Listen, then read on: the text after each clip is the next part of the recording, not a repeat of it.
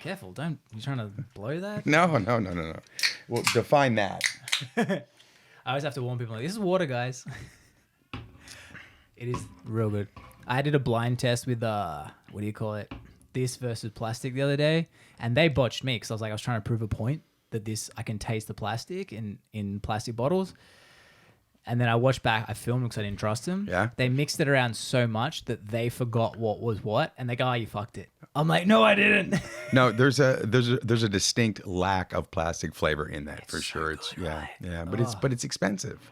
Expensive. Yeah. It's $1 a can. Oh, is that it? Where are you buying it from? Some Aussie, Australian like vendor? It's Oh, really? Publix, yeah. Okay. Even if you get it on Amazon, I found out it's $15 free delivery. Oh, okay. I was like, fantastic. Nice. Perfect. Right? I really should get sponsored by these guys. Yeah. Look at you. So how you going, man? Good, man. Good. Had a nice meeting with 5-Star Air today. Old Christopher Kagan. Oh, I've got to meet up with him too. And his bride Danielle. So we've just got them moved over to Ring Central. We just got them to sign the contract. So we're gonna set up their new phone system. So that was good, and just a lot of moving parts right now in other things as well. So both with the Tuesday chapter and the Wednesday new chapter coming to you. I think the next 2 weeks, I think I am booked with 3 meetings every day for the next 2 weeks. Wow. Yeah. Well, for anyone listening who don't know who you are and what do you do? What do I do? As little as possible. No. Alex Johnson, and we are Traverse Technologies. I am vice president of sales, and the Vortex just got a little less. Yeah, there we go. Sorry about that, guys. That's right. Because Alex is loud. He has good volume.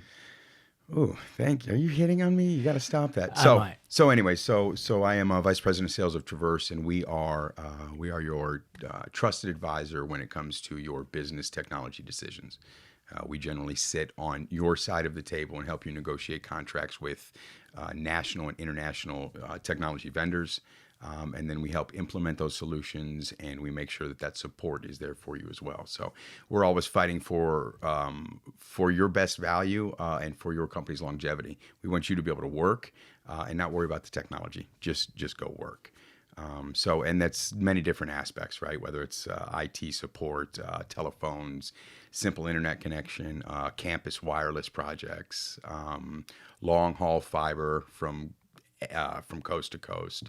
There's just lots of different technology pieces that we can touch into, and sometimes it's a long process because clients often don't know what they need, and as we learn those clients, we then start to uncover what it is that they think they need, right? And then we're able to bring some of those solutions in and those vendors in and run proof of concepts, run test prices, do all kinds of things without the client ever having to stop doing what they do, which is run their business, right? So we are basically their research and development piece on the backside. And again, our value to them is that they continue to run their business efficiently currently with a long-term look outward as the growth of the business goes, again, and not having to expand on that IT department. Many IT departments, it's a $75,000, $80,000 a year base salary just to get in there, and they're always resume building and job hunting, right? So you just get someone spun up and get them going, and all of a sudden they're gone. Well, we don't go away. Right, good and bad, I guess. But you're like a helpful rash. Yeah, exactly. A little ointment. You'll be fine. And so that's some of the stuff that we do. Yeah, because it seems to be like a real movement at the moment with businesses. It's different, right? That one, it's kind of weird. I'm just gonna swap it to me. It's a little limp.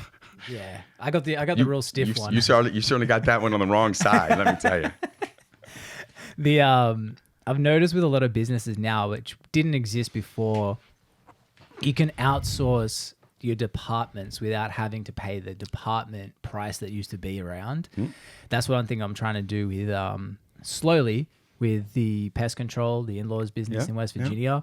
Because one thing is I kept noticing is like, we need to find a person to do this. I'm like, no, we don't. No. One, I mean, you're going to have to pay them something you don't want to pay. But two is, why not just have, like, for example, you're putting all your eggs in one basket of that one person. versus like you could have at Traverse, you could have like 3-4 people leave the team, Right. but the team still runs smooth. Yep. And now, I mean, you might be stressed trying to find a hire, but the business owner isn't. Right. And we've been doing a massive shift for a few things at the moment with that. One thing that I heard you talk to Ashley the other day, which was cool, of that splitting of the number on your cell phone. Right. Right. That was interesting, where it's like you can choose what numbers. How does that work? So, well, Ring Central is simply it's an application, right? It's a unified communication as a service. It's a whole new. There's no more analog phones, right? There's no more even voice over IP, right? Everyone's like, oh, is it a VoIP phone? I mean, we've had VoIP phones for 20 years, right? Everything. VoIP phone? Yeah, voice over IP, meaning no more analog. It's basically voice going over the internet. Everything is that way. Even if you have analog inside of your office, right? Once it gets out to one of the major carriers, it's hitting fiber, it's hitting Ethernet, right? And that's how it's going to travel. So all communications for the last 20 years have been some form of VoIP. Mm-hmm. Well, so there's many UCaaS players, Unified Communications as a Service. Ring Central being the leader, rated by Gartner for the last 7 years in a row, the number one enterprise telephone solution. So it is an app that will sit on your cell phone, and it gives me all of my Traverse business numbers, i.e. my main number, my direct dial number, our support number. All of those numbers are available to me to dial out of and answer from on the app on my cell phone. So let's say it's Sunday evening, 5 p.m. I'm having dinner with the family, or somebody's family anyways. I have a client who calls me, and I don't want to answer it, right? But I still want there to be some professionalism to it. So they're calling me on my direct dial or my direct Ring Central number. The app pops up. I know that is now a work number, right? I see that it's ringing my Ring Central app. I know that that's ringing my Traverse line. So I can look at it, and if it's coming through a sales queue or through a service queue, it'll tell me Traverse support number, Traverse sales number. So I know people are dialing direct to those numbers. So I know, right, on a Sunday at 5, how do I want to handle that, right? Or do I want to handle that? Or do I want to handle that? But at the same time, previously, before you had a UCaaS system and you had your cell phone, anytime a number popped up and you didn't know the number back in the day, you'd answer it. I mean, as a business owner, that's a sales call you're assuming, and next thing you know, it's a robocall, right? Or it's your extended car warranty call, right? And those just aren't things you want. So you're able to separate business from pleasure on that one device. No longer do you have to, as an employer, have to give employees multiple cell phones, right? Just let them use their personal phone. They overlay the app on it. And now they never have to give out their personal number. When you go to make a call out, you open the app, you dial from within the app. When it rings out as my Traverse number. That's the caller ID. So when I call from that, you see Traverse Technologies. And it helps in so many different ways. It helps with callbacks, right? Because if your employees are calling people back, calling missed calls back, and they're using their cell number, chances are the client's not going to answer that, the end user is not going to answer that phone call because they don't know who that is, right? Yeah. But if they see it's from Traverse and they had called into Traverse, well, let me answer this, right? At the same time, say my higher-ups decide in a year they want to get rid of me, right? Well, they just simply go into the back end of Ring Central before they fire me, remove my email address, right, from the Ring Central portal. They point that phone number back to one of their other salespeople. I no longer have any access to that, just like you'd shut someone off from email. And now all of the phone calls in the business that I have derived through that number, right, would be their property, right? So they would still be capturing any inbound calls that way, right? So it's also a business continuity product, because if we got wiped out by a hurricane here in Florida, right, and we had no power, we had no cell phones, we had nothing, your phones are still being answered. It's still cloud-based, so it's still answering Traverse Technologies. Cool. Unfortunately, we're unable to get to the phone now. Whatever our IVR says, it would then leave a voicemail. That voicemail would go to our email. You still have the ability to run your business. It is a disaster-proof solution, and we, for about $30 a month, maybe a little less before taxes, we're able to put that into play for people. So, again, companies that are paying $50 to $100 a month for cell phones, for second cell phones for employees, no. If anything, throw your employee $20 a month for the use of their cell phone, I guess, a little extra. But again, as long as they're using it on Wi-Fi, there's no additional cost to the employee. So, I mean, we've got attorneys. We've got we're right now doing an 1,100 unit phone system with Rick Case Automotive, and it's a huge project. But you know, it's funny, just as you watch some of these archaic sales guys, not really lean into the new technology, be very nervous about it. They as they start to lay it out and they get the app on their phones and stuff, they love the ability to decide how they want to work. Yeah. Right. And again, from a business standpoint, there's still all kinds of professionalism on the back end. So when you call, you're not getting someone's cell phone. Oh, can't leave a message, right? And you're like, well, then why the hell did you give me your number, right? Yeah. You're not getting 7 or 8 different styles of voicemails. Yo, this is Alex, leave me a message, right? There's your IT team can direct how you want those things done. It can, because it's a business line. It's been the best product I've ever sold in IT, and I've been in IT since before I went to the Army, but full time since '94 when I got out of the service, and IT sales. This is the only product that I've ever sold that is a win-win on both sides. A win-win for me because I know you're always happy with it, and a win for you because I know you guys are, or because I can see the benefits that companies get from it, and the cost. We're able to lower your overall expenditures probably about 40% on companies that are 40 users or above on your total communications, because it's got it has all your phone, text, fax, messaging, video. So like a Zoom license is built in this, right? But it's but it's Ring Central, identical to Zoom for the most part, right? And so you can cancel all of your Zoom licenses, you can cancel all your eFax licenses, and this is all in one app. Not 3 apps, not 4 apps. And the other thing with apps, right? So they say that the average employee loses somewhere between 30 and 40 hours a year in what they call app movement, right? Yeah. Bouncing from app to app. Well, again, because Ring Central is your one app, you just keep it up on your one screen. You're working on your other. It adds efficiencies and dollars to the bottom line. And so that's why for me, I just love talking about it. I mean, we're stacking nickels, Mike and I, in regards to selling it, like we're getting rich off it, but it is hands down the best thing I've sold in my 30-year career, without a doubt. Yeah. That time one's interesting because people, especially one thing I learned with like the efficiency of businesses, I think I look at really the time. And that 30 to 40 hours of just swapping, like that's a full working week. Yeah. Because that was one thing where we efficiently changed one thing. I go, how long does that one task take? They're like, oh, not long, like 5 minutes. I go, how many times do you do that task? Worked out that I think every year they were spending the equivalent of 1.5 months of working hours on that one 5-minute task. Got rid of that. And I was like, cool, now you got 6 weeks left to utilize now. That it was like, now we had to fill up 6 weeks. Right. All of a sudden, employees are scrambling. Oh my God, do they not need me anymore? I'm the 5-minute guy, man. Come on. That's interesting. And so it's $30. Yeah, roughly. Sometimes less. It just it depends. It depends on the size of the deal. It depends on the length of the deal.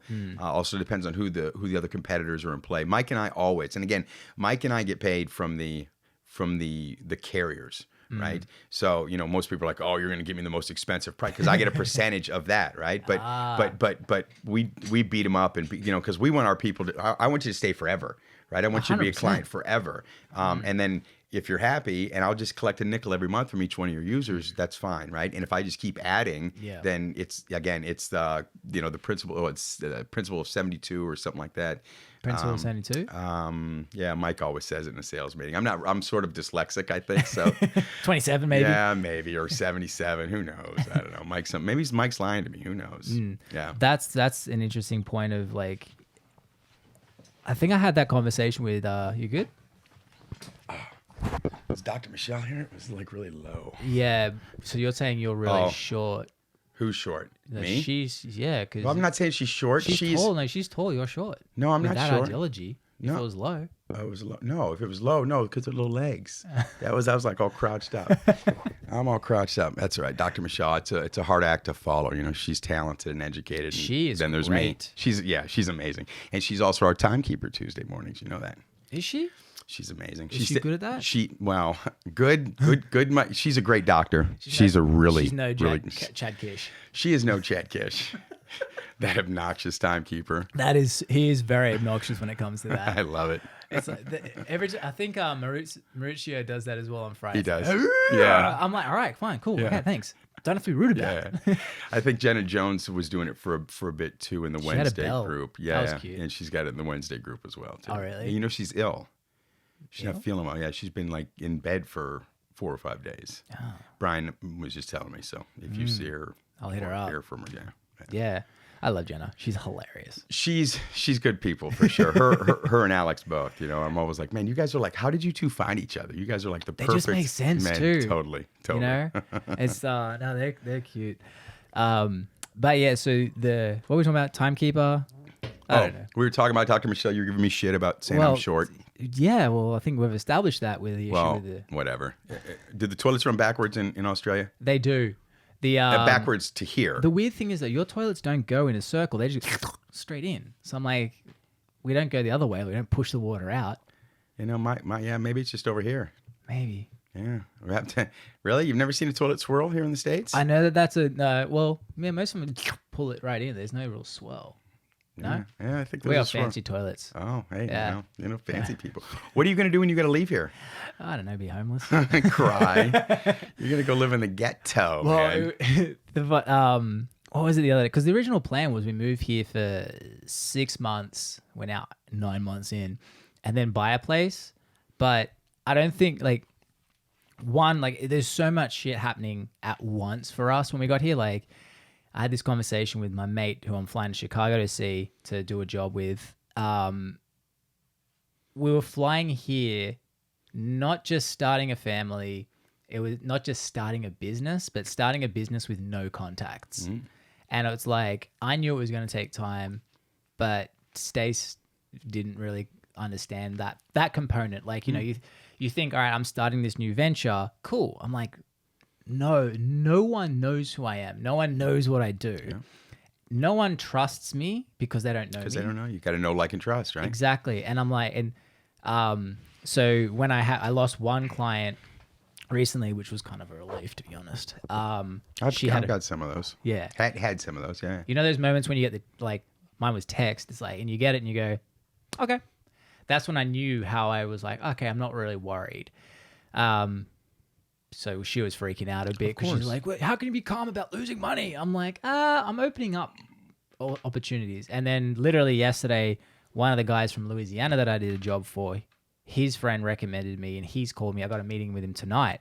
And I go to Stace, I'm like, see, this is how it works. Like, it's not easy to start off, but once the ball starts rolling, you know, people start seeing your work and go, oh, okay. Right. But yeah, like the funny thing is though, this area has really fucked my perception of reality in a way where it's like, I mean, you saw half these houses you drove past on the way here. Yeah. Well, I remember when we were driving through here the first night and we're like, whoa, like, you know, some of these houses are hotels. Right, like right. Like resorts, yeah. Huge. We get to this house, still a massive house. Yeah, beautiful home, yeah. And there was that little bit of disappointment. Because we just drove past hotel houses and we get to this house, which is still huge. And I was like, oh, okay. And then now we're looking at I'm still looking at houses that are what people consider expensive for Florida, which is 600, 800,000. Because in Australia, the houses there are like my mate just bought a house and it's a nice house, $2.5 million. That's kind of normal. My neighbor. Yeah, but $2.5 million Australian? I mean, isn't that like? That's still 1.9. Okay. My unit that that my parents owned, I was paying rent to them, not a handout. I said to them, if I'm moving in, I'd rather pay you rent than someone else. But I'm not looking for a handout and I don't want a discount. But that apartment, which is a 2-bedroom, 1 bathroom, 3rd floor, no elevator, which is fine, leg workout. Right, absolutely.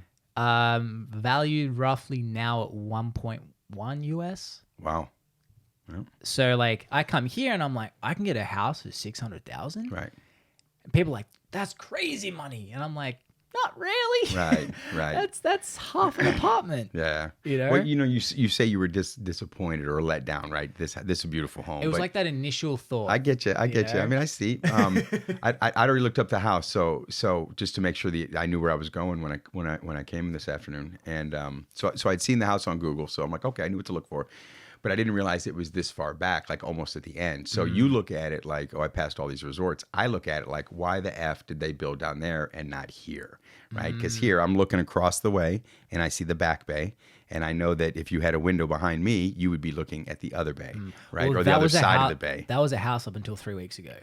That was it's a double lot. Yep. Sold for $2.5 million. Yeah. Demolished Yeah. flat. Yeah. It's like that's the value. You know, I do a little real estate on the side, right? So I'm a part-time realtor.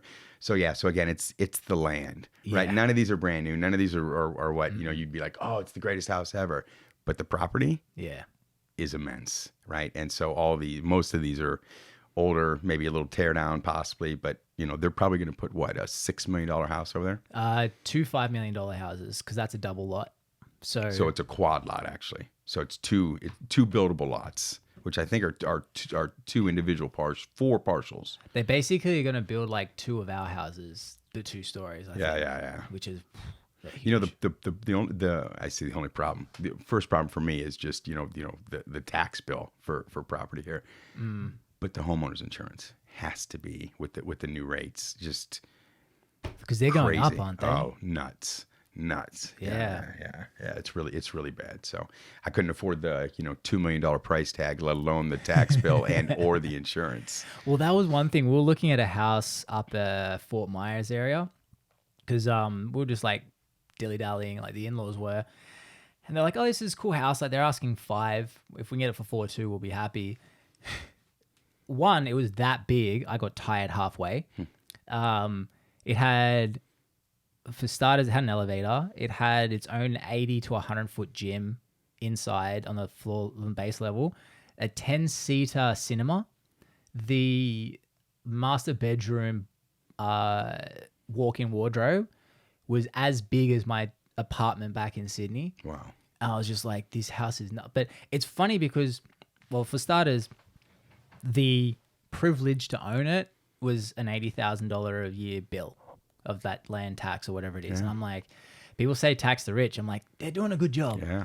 Like 80,000, like that's $80,000. The average before tax income Is in less America is 52,000. Yeah. And they're paying 80,000 after tax in tax. Right, and that was the only house like that in that area, right? Oh no, wait, it was an entire fucking blocks and blocks and blocks of homes like that. But then people want to tax the rich more. I'm like, I mean, you're gonna tax them right out of this country. Well, we paid a bonus to one staff member, and they got taxed, thousands, because it was the end of year bonus. And they're like, "What the?" I go, "Welcome to actually earning a lot of money." Yeah, it's not as like, look, it's still. I'll take being that side than below, but at the same time, it is kind of shit when you're like, wow, there goes 30, 40, 50% of my money. Yeah, well, it is what it is, right? It is what it is. Yeah, I am. Yeah, you got to have a good CPA. You've got to have some. You've got to work with a financial person to help to put you in the best strategic standpoint, right? I mean, taxes are taxes. I had a buddy told me, a really good friend of mine in Inglewood who's a photographer. And I remember one year, I don't know, probably about 10 years ago, I was complaining, had a really big year. And I'm like, man, these taxes. and we were at the gym and he was like, listen, he says, be happy. About what? About what? He says, you made the money, to pay the taxes. And I'm like, well, what do you mean? I don't know. He's like, you made that amount of money. So, again, in the heat of the moment, I thought, well, Tim, you're a dumbass, right? Leave me alone.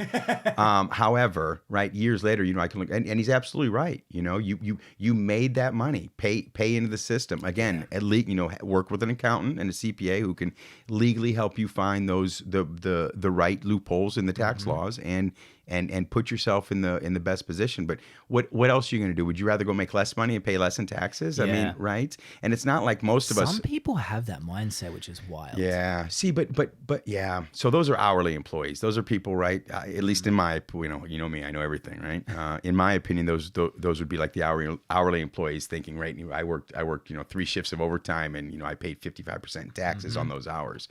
Well, you got to find that sweet spot in your overtime, and then maybe not work over that. We're not that way, get it right? back at the end of the year, though, if If you've worked with a CPA or an accountant who can help you get those things back, right? But again, being an entrepreneur, right? You got to go kill what you eat. Everything's contract work or whatnot. You got to scramble. You got to tuck some stuff away, and again, have a great CPA and accountant. I mean, if I haven't said that once, I'll say it again. I remember back when I was 21, the girl I was dating at the time, we were earning the same on paper. We worked at the same place, but she earned shitload more in tips. But on paper, it was about the same. I remember going to her at the tax time. I'm like, use my accountant. She's like, why would I pay $150 for someone when I can do it myself? I was like, I don't know. She's pretty fucking good. Right. So out of spite, she does her taxes herself, saves that $150. I go get mine done because I was like, one, why do something that I don't know when I can pay someone else who knows? Didn't we just start this conversation with outsourcing of things? Well, right. Here's a prime example. So she gets it back and she's pumped. She's made $560 or something back. Yeah. And I'm like, awesome. Bear in mind we earned the same amount. And she goes, what'd you get? I go, oh, $5,500. And she's like, what the fuck? And I go, happy you saved that $150 now? Yeah. I pay my guy. Pay him well. Good friend, great guy. And you know what? There's just something to be said about having a financial guy in your corner, guy or gal, right? Whomever you've got. You got to have a good accountant. You got to. So that's my 1099 I don't want to give story. the government. No, of course not. If I can legally avoid it. Yes, absolutely. If I can legally find those holes and save myself some. You don't think the rich are paying, millions of dollars to people to just keep an eye on those loopholes so that they don't spend hundreds of millions in taxes, Well, right? not even loopholes. It's just like the rules of the game. Fair enough. I say loopholes, but it's the gray area that they can find those fringes, right? And work on those things and saving people millions and millions of dollars. Luckily, I don't have to worry about that, saving them millions. I got that under control. Well, if the government actually had a proven track record of being fiscally responsible, they probably wouldn't have a problem. Yeah, exactly. Elon Musk said a video recently, and it was about him having to pay a shitload of taxes. Yeah. And his thing was fantastic. He was saying basically, you're saying that someone who has proven to be fiscally responsible and manage money in a very effective way to build an empire should give a large chunk of that. And bear in mind, he's creating jobs, or he or she is creating jobs, creating opportunities. It's not like Bezos is worth $1 trillion. Right. He doesn't have $1 trillion. Right. Like he only earns I think he has like 160 billion, which is still crazy money, but it's not what's on paper. Right. But then you've got, and so Elon's saying like, so you want to take away the money from the person who's proven fiscal responsibility and management of money and give it to a group that has time and time again proven to not be fiscally responsible and manage money. Instead, they lose it and they put it elsewhere, or they keep it for themselves instead of the intention, which is putting it into the country. Right. And I was like, "Fuck, that is a good way to put it." Yeah. I think I saw that article. And he was talking about the amount of taxes he had paid. It was Twitter, I think. Is that anyways? Oh, he trolled back Bernie Sanders. Oh, that was Bernie it. was like, "We need to." Bernie tweets something about how we need to increase taxes for the rich, and this was just after Elon had paid like $6 or $10 billion. Right. And his first tweet was, "Sometimes I forget you're still alive." And second, he's like, "Do you want me to sell another $6 billion of shares?" Because he knows the thing with Elon is amazing. He has tapped into pop culture like no other billionaire has, where him giving the vote of should he or shouldn't he sell $6 billion of shares. So smart, because he removed all responsibility from him. If it says no, he won't. Right. If he says yes, you can't blame him for tanking the price of Tesla. Right. So, and also like he manipulates the market like no one does. Like Doge is going to the moon. Right. Buy. Fuck. Thank you. Bye. Right. So I, we were just talking about him today when we were at visiting with 5 Star. Mike and I were with Chris and Danielle, and somehow Elon Musk came up, right? Actually, because Chris has just ordered the internet service. What is it? North Star? Is that it? Elon's got a internet service. Yeah, yeah, a satellite. Is that the one he helped Ukraine with? Yeah. So Really? Oh, okay. so Chris has got one on order, so that was our segue into Elon. And Mike and I have had this conversation for several months now, right? We think the world of him, right? Of Elon. It's like it's almost like, he's the blue collar guy that, became a billionaire and still remembers us lower life people, right? And then we both we might have had a beer or two at one evening and got to shooting the crap, and it was like, well, or is he really the dark state, like hidden? Like, is he reeling us all in with, look at all these wonderful things I'm doing the Trojan for you. horse. And then he just peels the mask off in like 10 years, right? And we find out that Putin and Biden and Trump were all the good guys, and he's really the bad guy. But, And then Mike and I were like, out of hell with it. We'll have a great 10 years with him anyway. So He is extreme. Like, obviously, to get to that success, he's so smart. But it's interesting how he says, when Rogan asked him, what's it like with your brain? Because obviously, like, you got Arnold Schwarzenegger, like, not every brain is developed the same. Right. And even Elon was like, you don't want what I've got. You don't want my brain. Because he goes, I'm more tormented by my brain than, I bet. Like, could you imagine being his friend? I feel like he'd never stop. He'd never stop, or he'd be talking about something super over your head. He'd be like, I don't know what's going on with you. Yeah, and you've heard some of the stories, right? Like the employees, and he's can at times be a barbarian, and it's like, well, I'm guessing at that level and with that mind of his, right? There's got to be some sort of speed that he's moving at, and if you can't keep up, especially in some of his critical moments, I'm guessing there's going to be some outlash, right? I don't know. I enjoy his stuff. When are you getting your Tesla? I'm still waiting. I want a Tesla Cybertruck. Oh. I put through the $100 deposit, broke the bank, and that was meant to come out 2020. Yeah. I mean, look, it's $100, whatever, but I still want it back if it doesn't make it. Yeah, absolutely. It's my $100. Stace literally this morning said, she goes, I think you should get the Cybertruck because it will suit your personality. I was like, yeah, I feel like it will. Just matte black it or something like that after, but it's ugly as hell. Is it though? Beauty's in the eye of the beholder. Yes, absolutely. Okay, fair enough. Absolutely. Done. I think that was the cool thing. Someone broke it down about why he should do what he's doing and why he maybe did with the weird oblong shape. One, it's futuristic, it's cool as shit for some people. But if you look at all the trucks that are out there now, they're all just remakes of the F-150. Oh, yeah, absolutely. They're all the same. Yeah. I think F-150 sold more F-150s than like every Tesla sold. Like, yeah, I mean, well, insane. I think the F-150's been that and the Camry, right, have been like the number one seller for 20 years. Well, they sold last year 950,000 in America of Ford F-150s, which is wild. That's just one make. Yeah. But like, the Ford F-150 is kind of in a way like a sports team for families. Like they buy a Ford, their dad bought a Ford. Oh, right. Their dad's dad bought a Ford F-150 back in the 60s. It just seems like it's one of those trucks that somehow has penetrated culture in a way for so much of America that, you don't really hear that with other cars compared. Besides Tesla. Tesla feels like it's becoming like something like that. You got a Tesla? They are cool, yeah, right? yeah. And they just had a big price drop. I've got a good doctor friend if you can get one.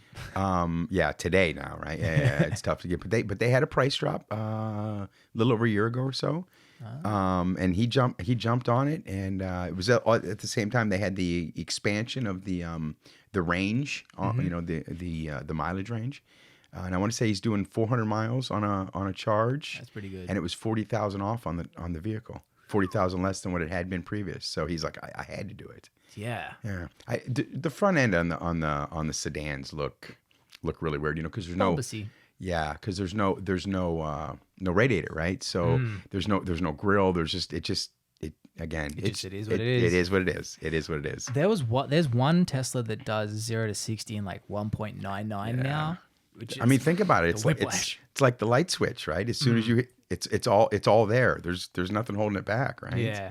I just saw one the other day he's got it all special wheels and rims and all blacked out. And I was like, and it's quiet, and you pull up to it and you're thinking, I'm expecting to hear this loud muffler popping. Pop, pop, pop, pop, pop. And then he took off, and it was like, Doc Brown in Back to the Future. I was That's like, wow, cool. look at that. Because my brother-in-law has like the Colt. No, is it Volt? The Okay, Volt. yeah. I drove a Colt back in the day, Mitsubishi. And it's like the hybrid version, and I got into it, and I turned it on and off twice because I didn't know it was on. Right. I was like, and it like the lights even did this whole like beep boop boop boop, and I was like, okay, because my brain was so wired to wait for a Right. and I was like, oh, okay, because it's a start and stop. It's not like I'm turning anything. I'm like, all right, press the button again. All right, it must be on. Has to be on. Everything's lit up. It's on. I was It's so on. confused. But it is they're so quiet. They're deathly quiet, they say. Yeah. Yeah, poor cats get run over and stuff all over town. Yeah, the Volt, it's a Chevy Volt, and they stopped making them. Did they? Yeah, because my family's a Chevy family, right? You were talking about the F-150, so our sports car of choice is the Chevy. Yeah. So, is it because their range was trash? I just think it was just bad timing, right? I not marketed well, didn't sell enough of them. The cost was too much. Service, et cetera, I think. What do I know? Well, the price of gas right now is probably going to spike Without a doubt. Man. I filled up today. It was $4.80 for the mid, which, by the way, the octane levels of the gas here, hilarious. Yeah. The top here is 93. Yeah. Our bottom in Sydney is 95. Oh, okay. And the top is 98. Okay. So like when I got here and it was like, hold on, what? Your bottom is 89? I'm like, I was like a gas snob all of a sudden. I was like, I didn't give a shit when I was in Australia. Now I'm like, Australia's better with gas. Oh my God. It's like there's been two things I've become snob with here. Oh, three. The list will probably be bigger than three.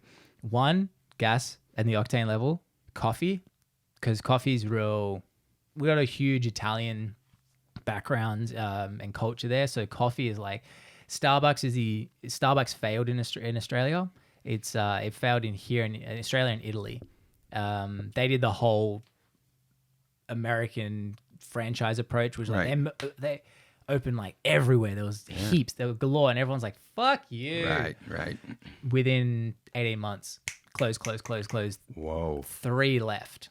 Really? And they've slowly started like even though Starbucks is the beast it is here and around a lot of other countries, they've had to do the starting a new business approach, which is slowly opening one by one because of our coffee culture. Yep. And it's like, I don't know, it's everything is like a little niche cafe. Like you go to a cafe, you don't go to like even McDonald's coffee, actually fucking good in Australia. Oh, really? We have like a whole subsection called McCafe. Okay. And it's like, Good it's stuff. actually pretty good. Huh. And then you come here and you're like, what's this? Yeah, it's mug garbage. of dirt. Garbage. And I am not a Starbucks fan. I'm just not a fan of paying that much for a cup of coffee. It is fucking outrageous. I like either just black or like an Americano, right? Mm-hmm. It's like an $8 coffee, and I'm like, are you serious? Do you know how much coffee is in Australia? And it's so bitter. No, I have no idea. I've not been to Australia. Literally $2. That's expensive. Yeah. That's expensive coffee. Well, like, what? Excuse me, what? That's American. Like, it's probably $2.20, but like, one, you don't have a tip. You just go, Oh yeah. Tips ain't a thing in Australia. Yeah, they're not a thing. I'm German, right? And I spent a lot of time over there with my grandparents. I was stationed over there in the army, and there's no tip. And I remember my grandfather and I'd go. We'd have a beer, or I'd have a beer. He'd have a strudel, and I'd go to leave a couple of Deutsches back in the Deutschmark days, and I'd try to leave a couple. Oh, was machen du, right? Hungary did that I'm to like, me. What? Yeah. I'm like, what's this? And then I'd run into my mom a couple hours later. I'm like, yo, Opa, like damn near ripped my digits off, and she's like, you don't tip, and I'm like, oh, okay, well. Especially those like real rigid cultures. Like I love Germany because of how like it's like a well-oiled machine. It is. Thank you to the Americans who built it back up, right? Come on. Well, I mean, look, this is a controversial thing. I had so much respect for Germany after I visited there because I was like, Germany got decimated after World War I. They did. Became a third world country effectively to a superpower in like, 2.5 decades, which is fucking wild. then got everything taken away from him again, and then became a world leader again. But And so it was. I mean, wild. it was the Jews that saved them after World War I. It was the Jews that went in and they had all the money and they started buying up the beat up things and they started making everything wonderful and great again. Although they were very, very stern taskmasters, right? And that's how. Man, we're getting way off. You're gonna have to cut all this, right? Nah, this is how. great. This is yeah, super. Just have to cover my name up. That's how That's from my interpretation of reading history. I love history.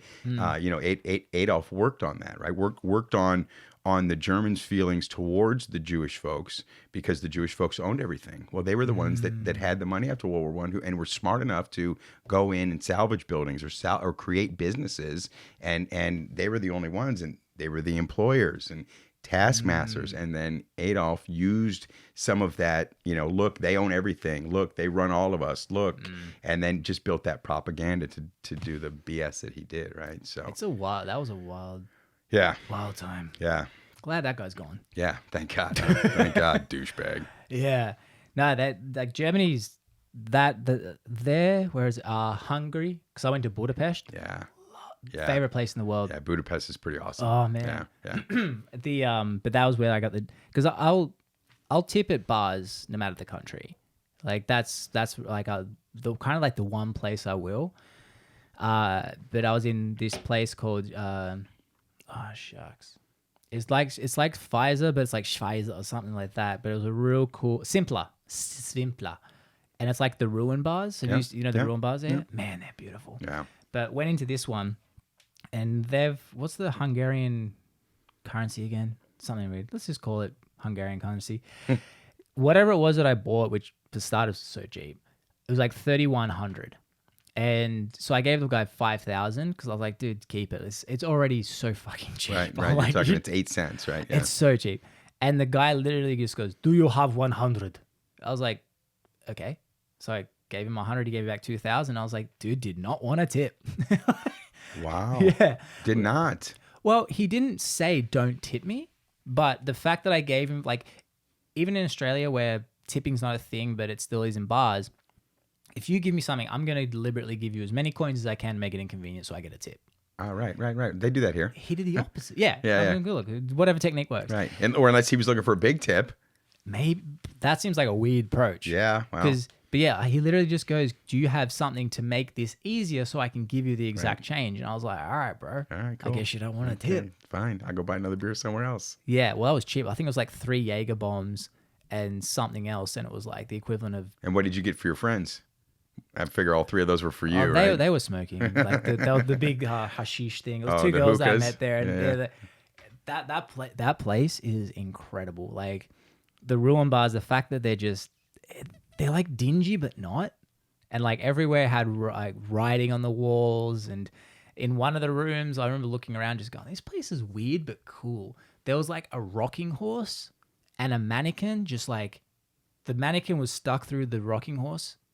And then they were both stuck to the roof. I was like, okay, all interesting. Right. Yeah. And then like the bathroom or the restroom was literally, I felt like I was peeing in a pot plant. I was like, this is.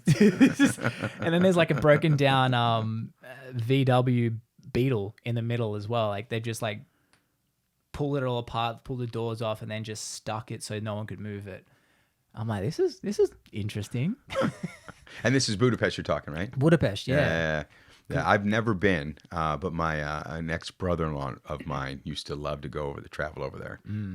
He was a maestro and loved the music over there. Yeah. But just loved the scene, and he would just touristy, just walk around, just checking things out. And he may be living over there by now, but swore by it. He's living the dream. And what'd you do there? Were you working or just hanging out? No, so I went on a family trip to Europe back in 2015, and I always try and manage my expectations because I do believe in the lower my expectations are / none, I enjoy it for what it is versus what I've built it up to be. Because like the 2 places I've not liked the most were Rome and Athens. Because I went there with an expectation. I get there, I'm like, and LA. LA would be the other one where I was like, oh, it is going to be this. Yeah. And I get there and I'm like, oh, it's just a ruined city. Versus, like I don't even know what's going on in my head with an expectation, but I've just learned whatever I do, don't go with one. Right. So Budapest, I didn't even know what it was, and I wouldn't research it. My family hated it. They're like, "Can you at least like pretend like you give a shit?" And I was like, "This is me giving a shit," so that I do when I get there. And I got there, and like, yeah, the spas, the fact that like everyone lives in a shoebox basically, so Right. no one stays at homes. Everyone's out. Right. The dinner out. It was easily like I can't wait to get back there because it was just like the ruin bars themselves and like the fact that people like just get drunk in a park and the cops just stand there to this like as long as no one fights, we're good. Right. Right. And then there's the next day like there's trash everywhere, but then they clean it. The street cleaners come through and do it. Like it's just like do whatever you do as long as you're not hurting people. Yeah. Yeah. That was a real cool experience to witness. Yeah. So if you go, please. Yeah, yeah, I would like to go. You know, it's funny you talk about Rome and Athens. I've not been to Athens. I don't know that I have any desire to go to Athens. I mean, just walking around seeing big blue water and white buildings and eating good food. I don't know. It's just, but I went to Rome. It was the greatest. It was the absolute time of my life. Absolute time of my life. I was shocked at how much I enjoyed it. Really? I hated the food.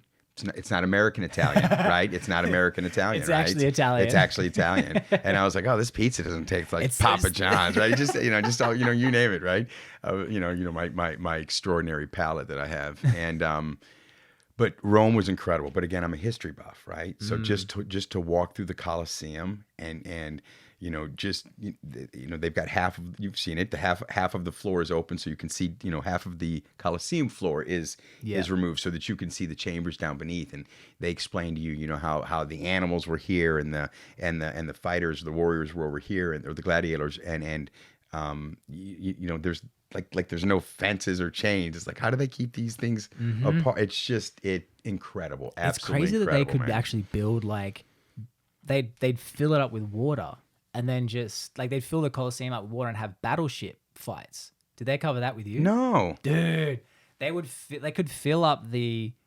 God, I hope I'm getting this right. They could fill up the actual Colosseum with water, keep it tight, and then they'd have actual like boat battles, like gladiator boat battles in the Colosseum. Really? Yeah. Like, oh, I'm gonna go home and Google that. You have to. And if you find out I'm wrong, tell me. Well, we'll maybe mention that on the next podcast. So all of you truth factors out there or fact checkers out there, hold tight. We're gonna check this out ourselves. Okay.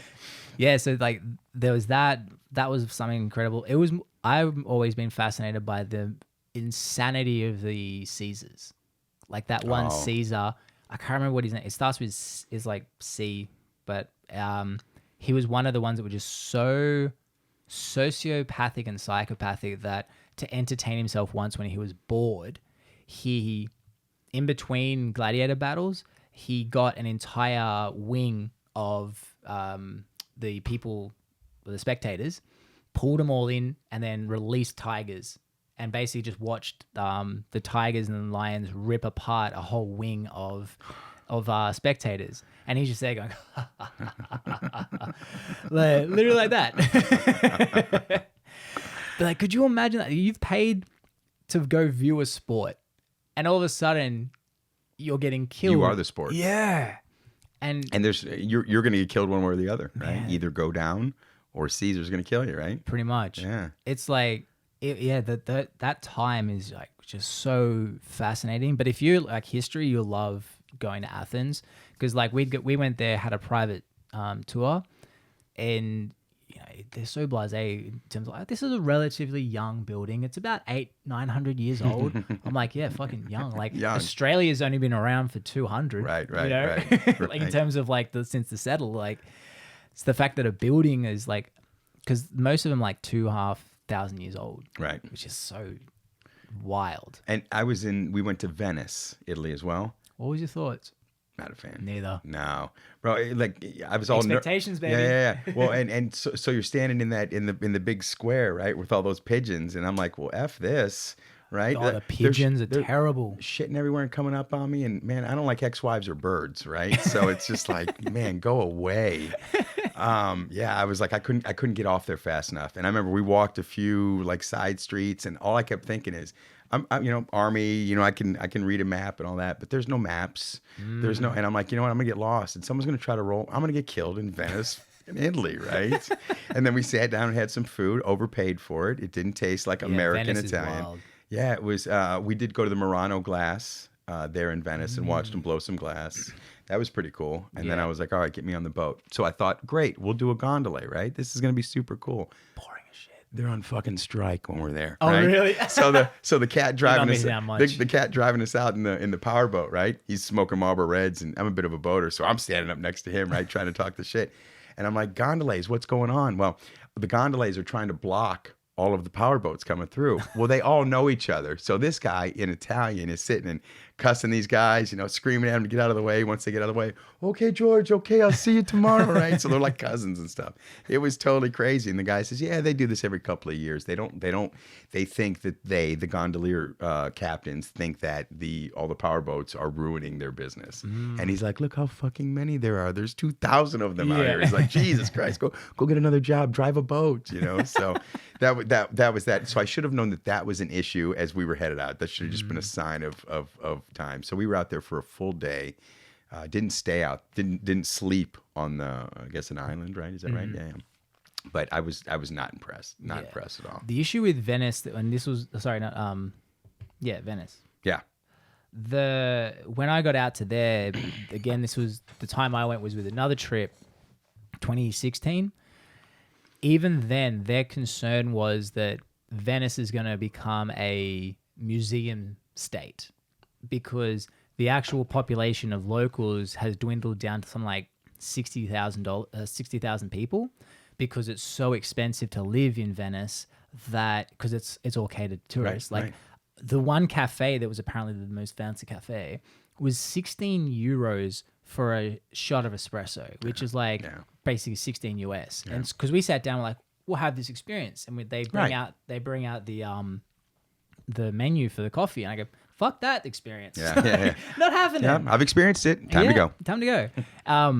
But that's kind of what the whole area is like now for Venice, and because people are quickly moving out. I don't know if you walked through the streets at all. It's dead. Yeah. And that was 2016. Post-COVID. I was there in 2005. So it was deader.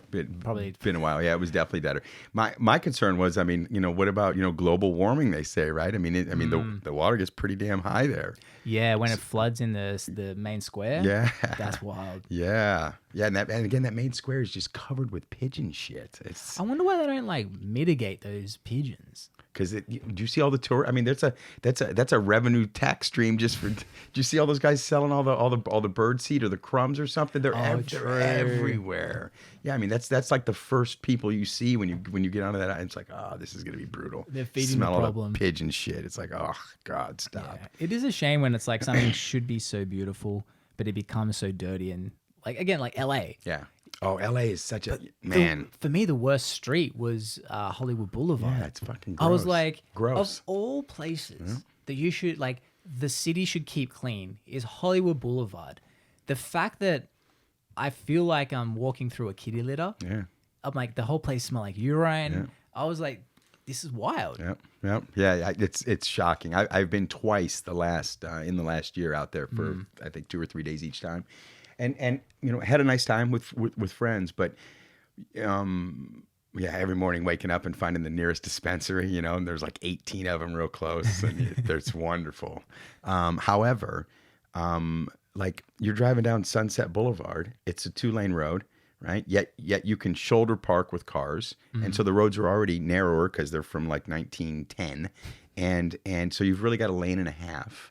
And then you come up to, I don't know, a crossroad, a Melrose or something, and there's no left turn lane, right? So now you got a lane and a half, basically. Oh, and this guy's trying to turn, so this left lane is just backing up. Yeah. And now the right lane, people are getting cocky or something, and you've got all these parked cars on the right. It's just, I'm like, you tax how much in this city, and you do what? The roads are horrible. The litter is everywhere. It's just. Yeah, I am not a fan. You go to Santa Monica Pier, it's bullshit. The water's cold, the beach is gray. Yeah, it's cool, the mountains, the sun, and all that. But I don't know. I would like to use the beach. You know, I'd like to use the water. I think here in I am a huge proponent of Southwest Florida. If you've not heard me on this rant, I'll never move north of Sarasota, right? It's all subtropic down here.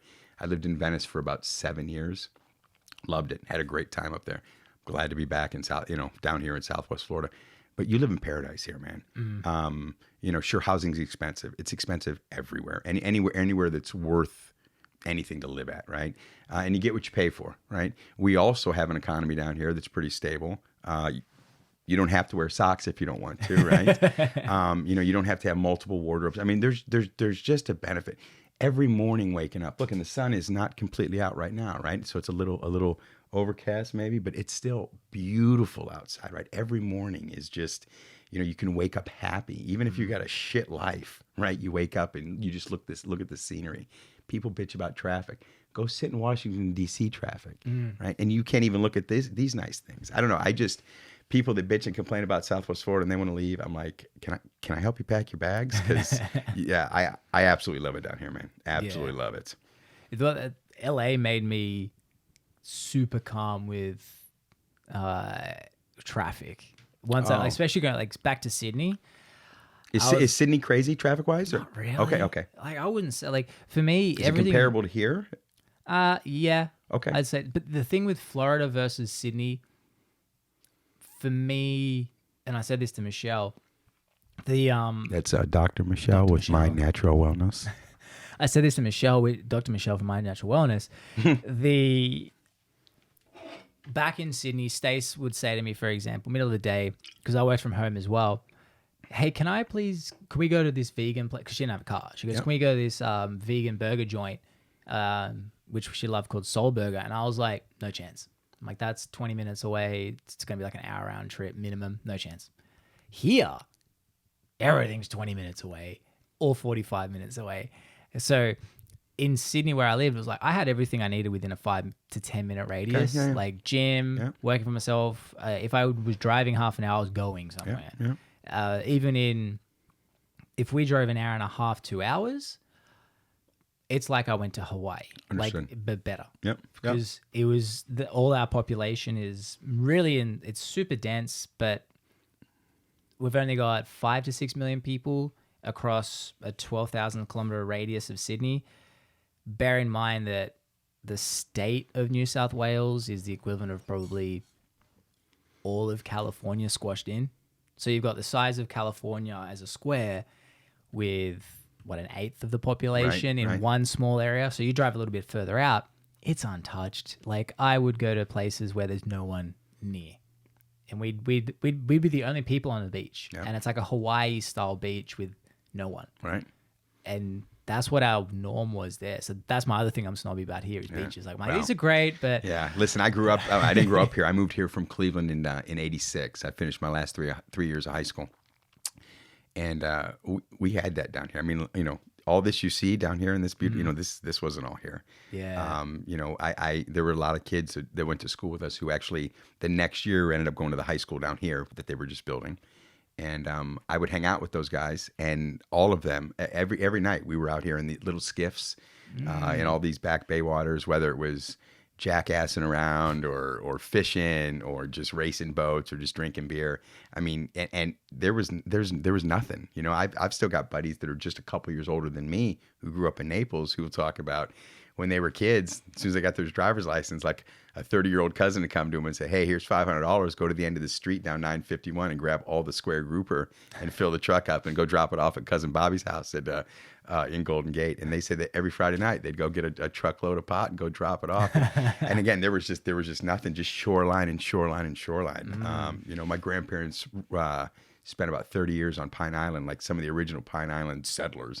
And they had this huge, like, quadruple lot at the end of a cul-de-sac that just all went to the back bay. And so I grew up just fishing out there. And again, you could look for miles down the shore and just not see anything. Yeah. And so it's a different beast. People figure it out. You know, we live in paradise. Yeah. And yeah, so the traffic has got somewhat congested, but I mean, you go anywhere, right? And it's congested. I don't know. Have you been up to Venice, Florida? Not yet. Yeah. No. You want to see some really nice beaches. Venice? Go to Venice proper. Is that West or East Coast? No, fucking East Coast. I go to Miami and I'm like, you can't wait to get out of here. You can have the East Coast. Yeah, I mean, we'll go party in South Beach, and then helicopter back if you want. But yeah, no, you can keep the East Coast. This is definitely the coast to hang out on for sure. So Venice is about an hour, probably about, safely for you, getting the baby, getting everything together, hour and a half north. It's just north of Northport, Port Charlotte. Okay. Right. So from Port Charlotte to Venice, you're probably about 35 minutes. So 40, so about an hour 20 probably up there. But it's a tiny little city, but it's right. They've got an island. They've got Venice Island. Oh, really? Venice Island, and then they've got the downtown, the proper. But there's probably in Venice and Inglewood, there's probably 7 beaches that are within 5-minute drive of each other that all have public parking, huge public parking, huge wide beaches, and blue water. They're not the whitest sand. It's more of a grayer, coarser sand. It works fine, but the water is absolutely beautiful. And you can drink on that beach. Unlike I don't drink. Unlike, what do you drink? I know you don't have water. Oh, whatever. I swear I don't. I know. I've had like 3 alcoholic drinks in the last 2 years. Yeah. Yeah, I'm that guy.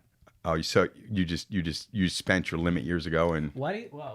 No, actually, I didn't start drinking until I was 18, which is legal age there. Right. And I think because I worked at a bar. Working at a bar goes one of 2 ways. Either you don't drink because I never developed the habit of it, if that makes sense. Yeah. So especially because I was like a $50 Uber ride. This is before. What is it? Not Uber. It was a cab ride. Didn't even have Uber back then. Right. So for me, I was like, why would I work 2.5, 3 hours to just get home? So I drive in, pay $15, which was about 45 minutes work for parking in the city. So because I never really partied much because I was always working Friday, Saturday nights, which was fine for me because I was like, it felt like I was partying. Right. You're still part of the party. I'd still be meeting girls, making money in the meantime. I never really got into drinking because of that. Because I couldn't drive. Drink driving in Australia, it's like way serious. Like criminal record first time. And it's funny, since I was 15, I said I'd marry an American woman and move to America. 15, 16 years later, happened. Right. But I guess I was just like, I'm just not doing it. And culturally, it's like drink driving's real. Like if people find out about it, they will burn you at the stake. Oh, really? Okay, good. Which I'm all for. Yeah, I got no problem. Listen, Uber's my best friend. I have no problem. Now, I have no problem calling an Uber, leaving my car there, coming back tomorrow, I've lost a couple of friends to DUIs years ago, and it's no fun. Yeah, especially the roads here. It's like everything here is a freeway. Yeah. It's because people like you that think that a 20-minute drive is like going to Hawaii, so you're racing to get to Hawaii that much quicker. We know. Well, it's crazy because everywhere's 3 corners away, but that 3 corners is 40-minute drive. Yeah. It's like, come on. Well, plus where you guys are here, especially, it's so inconvenient, bro. Oh my God, are you kidding? You need a boat. Yeah. You need just a little John boat with an 8 horse one that you don't give a shit if someone steals it when you get over to Publix on the other side, right? It is funny because it's especially when right now where it's busy season. Yeah, that road's is shocking. This up here headed up to that. Yeah. You're it's a mess, and if you go that way, right? You never want to go that way because then you're stuck in that. Yeah. You guys are in purgatory right now. It's terrible. I mean, it's beautiful, but it's beautiful purgatory because it's like even one Sunday recently. We were driving out and the traffic coming in was so insane for people trying to get to the beach where I was like, oh, that's at least an hour of time for what should be 10 minutes. Right. And I was like, fuck it. We're finding something else to do while we drive out. Yeah. And we spent 3 hours doing something else so we could come back. Yeah. And even Steve, my father-in-law, goes, my whole life goal, real estate wise, was to live next to the beach. I'm starting to think it wasn't as good as I thought it was going to be. Yeah. Because it's it is. It's everyone wants to be here. Yeah. It makes sense why people who have the money to live on the water build these fortresses because it's once you get in there, you're not going. You're not out. Leaving. Yeah, just stay put. Yeah. But I couldn't do it. That house that I was talking about earlier. Right. I said to Stace, I'm like, this is kind of cool, but at the same time, if I forgot something, say we lived in the master bedroom. which wouldn't be the case, but if that was our life and we lived in the master bedroom, which was the 3rd floor, and I just went to the gym in the basement the first, like that morning, come back up, I forgot something in the gym. Right. I'm like, that's a 7-minute round trip Right. in my own house. Right. And extrapolate how many times a day, right? We're talking about that one process, right? That Yeah. 5-minute process. Yeah. Well, I did that with this house. Like, obviously here, and then the bathrooms, the restrooms, the other side. The bedroom. I counted because I was like, how? Like, I get to the door, forget my keys. Yeah. Go back at it. Oh shit! I forgot one more thing. It was like I worked out. It was like 25 paces. So I'm like, I just spent 75 steps for no reason. I'm like, living in a big house is kind of inconvenient. Yeah, totally inconvenient. Totally, especially for a forgetful person, right? If you terrible. forget little things. Well, that's why my keys are there now. I see that. Yeah, I was wondering. I'm like, oh, good. He can't miss them. No. Can't miss them. Hey, so tell me this. So Mike and I today were talking about me coming over here, my counterpart. And he said, oh, good. What are you guys going to talk about? I said, I think we're just going to freebase, man. Or freelance, excuse me. Freebase. There will be no freebasing on this podcast. Maybe later, but Maybe not later. on the podcast. We'll go running in the bushes. Yeah, here, I got a can just in case. You got an ash? You got a cigarette for some? I don't know why I know that, but I don't know I what watch you're talking about. I watch a lot of documentaries. So I told Mike, I said, he's going to put his real, meaning you, that you're going to put your good foot forward. I said, he wants in your good graces. So, so this thing will be real sharp. And Mike's laughing. He's like, well, I can't, it's tough to pull from Mike. And I said, I'm not asking you to pull from Mike. I said, I'm just asking you to, to speak to Blake. He said, absolutely. And I said, and he's like, ask him. And he went into, he says, ask him to look at all of our stuff, the podcast, and we'll give you backdoor info, and what he's wanting is some sort of ballpark price to put together that 30-second bumper. And I'm like, well, that's how Blake and I originally started this conversation, was about the 30-second bumper. So to spend a little business time in here so that you can write this time off. Spoke business at the start. Okay. We might have told some business lies to start, but so we need you to kind of eyeball, or just give us a guesstimate at what you think. It's an estimate. We know that, it could go this way or that way, but we need to get something. He and I need to start pushing it out. We need to start promoting it here or there. It needs to be a revenue stream for us. So yeah, absolutely. So with the 30-second bumper, what is it that? What are your goals from it, and why is there a specific attachment to 30 seconds? No. It's something that I want to be able to easily promote via a text, via a Facebook post, via an email, just something short and tasty that gives kind of an overview of what the series is like. And then maybe a piece of our website. Again, I need to get subscribers. I need to get people's eyes on it. Yeah. We just won best podcast in Southwest Florida. Yeah, I'm not sure what that means. Our production company hasn't exactly shared it with us. Did they was it the production company that enrolled you guys to that? Yeah, what I do know is it was a like a public relations association here in Southwest Florida, and our production house put that in for the competition, I guess. So I'm guessing they won the award more so than us. Yeah. However, it is our podcast. It's all the content is Mike and I. They just simply, shoot us, and it's not that hard. Just put a can. Well, it's hard here.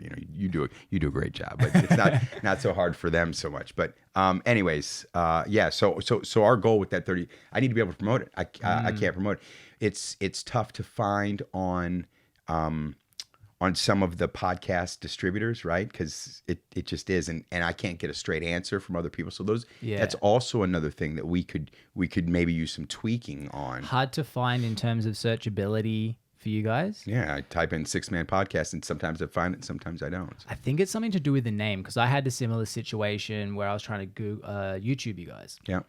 I searched Traverse, doesn't come up. Yeah. Traverse podcast doesn't come up. So it might be an SEO thing as well. Okay.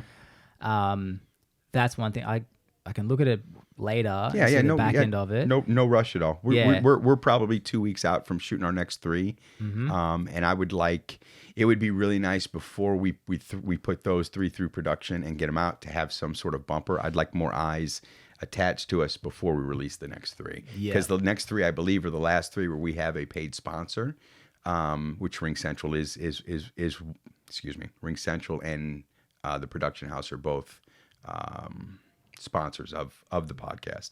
And so I would just like to get more eyes on it so that I could go back and say, hey, this is the traction we're making. Yeah. And if you'll see, based on the latest things that we've done, i.e. the bumper, i.e. episodes 13, 14, and 15, right? We've increased now based on or increased YouTube viewers, increased podcast subscribers, and then we can go and get either additional monies from them or get monies from other vendors as well. Yeah. Because so do you know anything about your audience? Are they more likely to listen or watch, or is it still too early? I think it's too early. Yeah. And again, I've not really dove into it. I've just sort of the part of the talent, I guess, or lack thereof talent, right? So Mike, the only thing I really do is help Mike, we script it, right? Mike and I are sort of our banter, some key points, and then he and I kind of build that banter initially. And other than that, then our guests come in and we sort of know what they're going to talk about. But then everything else, it has, as we talk in Master Networks, right? Look for action items that are going to make you money, not things that are just going to get you busy, right? And that stuff just gets you busy. It doesn't make me any money. Yeah. So my primary focus is to sell it, right? Meaning I need to get eyes on it, and then I need to get subscribers. So hence the reason I need a bumper. I need something. I need an easier way to find it on the podcast services.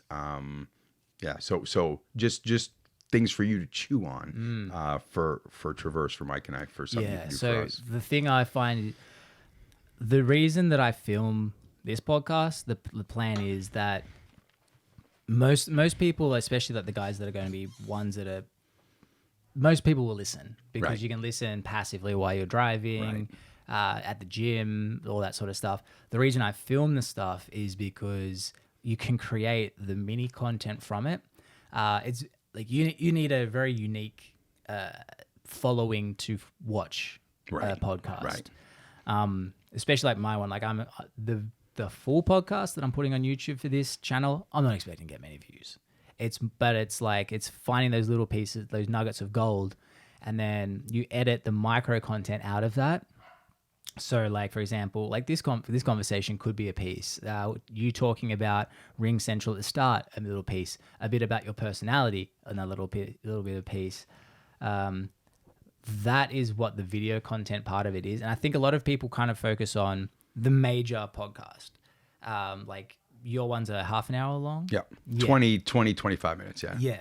So the filming of that, I would say, is more finding those little nuggets to create micro content for LinkedIn and your other social media platforms, because that's what will grab, like, again, like what I was saying about me starting a business and everyone starting a business, you got to earn that trust and intrigue to listen to hour and 10 so far. Right. Like, but those little micro pieces are the stuff you can pull from. So the bumper I can put together for that.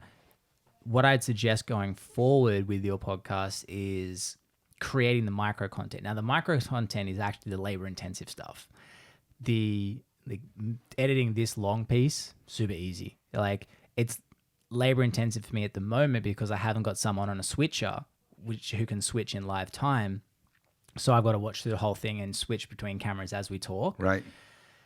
The editing part of it is then finding even like that tiny gap I just took in my words, I cut that out. Right. In the micro content. Yep. So it's like you create, it can be 30 seconds, a minute, whatever it is, so that you post those things onto your social media so people are engaged in it.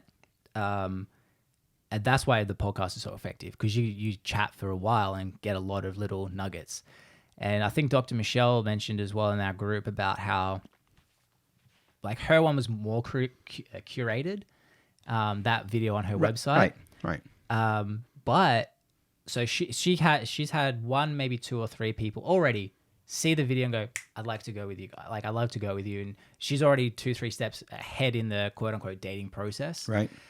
Steve, my father-in-law, I showed him it because I want to do that with their website on the pest control. He was watching it to see if it's a useful product of the video for his business. But as he's watching it, he goes, hey, can you put me in contact with Dr. Michelle? that is the cool part about the smaller pieces. Now, if I said to Steve, like, hey, can you watch this 2-hour podcast? He ain't doing it. Piss up a rope. Yeah, leave me alone. But even in the conversation that I had with her in the 2 hours, I'm like, so many times she was talking about, I'm like, holy shit, this is a piece of content. This is fantastic. Right. So I can pull that together for you guys and see just for that one piece. And then if you want to look forward with micro content, especially LinkedIn, like LinkedIn, I don't know if you have me on LinkedIn. I know Mike now does. I've been using the part where I'm training the guys on Friday. I have one of these cameras just set. I've been there the last 2 weeks. I just subbed for you last week, I believe, right? Didn't I? Yes, last you week? did. Or somewhere I did. Yeah. So those ones as well. I've been making micro content that's relevant for LinkedIn, because I was like, well, I may as well just like use my time effectively of I'm teaching, turn that, and then I've got people interacting on LinkedIn, marketing myself without a call to action. But then you've got a call to action occasionally with Ring, like, for example, listening to what you do, right, and having a little bit like, oh, that's interesting, I can split my phone. You're planting that seed with the content, right? And some of the stuff that you guys talk about with in your podcast, again, like, it's just you create so much micro content, and you can regurgitate that stuff too, which is real cool. Right. So it is like you're creating that podcast is the massive banner, and then you have a drop down effect of creating, like, have you seen the Gary Vee talk about that, where you create a podcast, create the longer pieces, then the small, and then photos. Right. Honestly, it works. But he's doing very well. Yeah. But like that model is so fascinating and so effective because also by you and I, like, we're speaking, you and Mike would be speaking. Yeah. It's easier to watch as a viewer, watch in on someone else speaking instead of me talking to the camera. It's like that thing. So, you know, when you're like Fox News, CNN, all of that, they're talking to the camera. Yeah. You kind of feel like you're getting told off. You're right. There's certainly times. Yeah. You're like, don't look. Who are you looking at like that? Like, what are you doing? Yeah. Same with even like talking face to face. Sometimes, it's valuable. Like Michelle's video, she's talking to the camera because she's talking to you. Right. But I know verbally and also physically, if someone. Oh, you got itchy. You're good. I got itchy. Fucking hot in here, bro. Yeah, Florida. I can't have a fan on because then it just. No, yeah, you're good. You're good. That sort of like that. I call it the perpendicular approach. Okay. So I actually used in language as well, like, because you're telling me a story of what you guys do. You're not telling the person in the camera. Right. So they don't feel like they're being sold. Right. It's like, oh, that's interesting. Okay. Blake's listening to... They're overhearing a conversation, not being told. Uh-huh. Yeah. And that's like, that happened with Michelle, even when she was just talking to me. It's like, tell me a few stories so I can figure out how to create content for you. And I go, just tell me a bunch of your stories. And she starts telling me one about a girl with rosacea and, with psoriasis. And she's just telling me it. I have rosacea. And I was like, we're using that piece of content, and also I need to talk to you after this meeting. And I go to her, the reason why I listened was you weren't telling me what I have to do. You were just telling me what this person was suffering and how you helped them. Right. So by me going, oh, that's interesting. I have a similar, skin disease. Let's talk. Right. Your defense mechanisms weren't engaged, right? So you're like, oh. Yeah. Because how many times have you told a friend, hey, you've got to do this? And then they hear someone else saying it to someone else. Like, did you know this? Right. And you're like, yeah. Like, I mean, I do that to Stacey all the time. She was like, Blake, I've been telling you that for ages. I'm like, yeah, but I needed Tony Robbins to tell me. Yeah, but I didn't know that you knew what you were talking about. I needed someone to confirm it. Did she backhand you? Yeah. And so that'd be a cool thing, even with your podcast. And we've spoken this before. This is why I love this type of thing instead of a scripted. Right. Particularly if you're not an actor. Right. If it's scripted, it feels so salesy. Yeah. Versus right now, it's like, hey, here's a question. Boom. Right. Awesome. Here we go. And I'll fuck up. But I think the key, and again, you're right. We've had this conversation numerous times, and I've seen your work. I love it. The magic here is what you do after. Right. Yeah. Again, the micro, you breaking it down, taking the, the heavy breathing or the coughs, taking those things out, shortening it up so you're not hearing the uhs, the whats, right? Just the golden pieces all the way through. Yeah. And that keeps you listening, right? And that keeps you intrigued and wanting to know more. So, Yeah. I think it's great. Again, the bumper is critical for us, and Absolutely. more critical today than it was 6 months ago when you and I first spoke about it. So, Yeah, okay. Yeah, that'd be good because you definitely can send it out. And it's funny how effective it is. Again, how when I was starting here, I didn't have any, I had personal references of vlogs, yeah. but I had never really done it for a business except for like a few ones that I did from the other side of the world that I wasn't filming for the pest control. So they were shot on an iPhone, they were kind of trashy Right. in terms of where we would prefer it to be. But it's funny now, like every time I chat to someone, I send them a video of my work. But then sometimes I'll be like, hey, can you put me in contact with that guy that you sent the video of? I'm like, yeah, we're cool.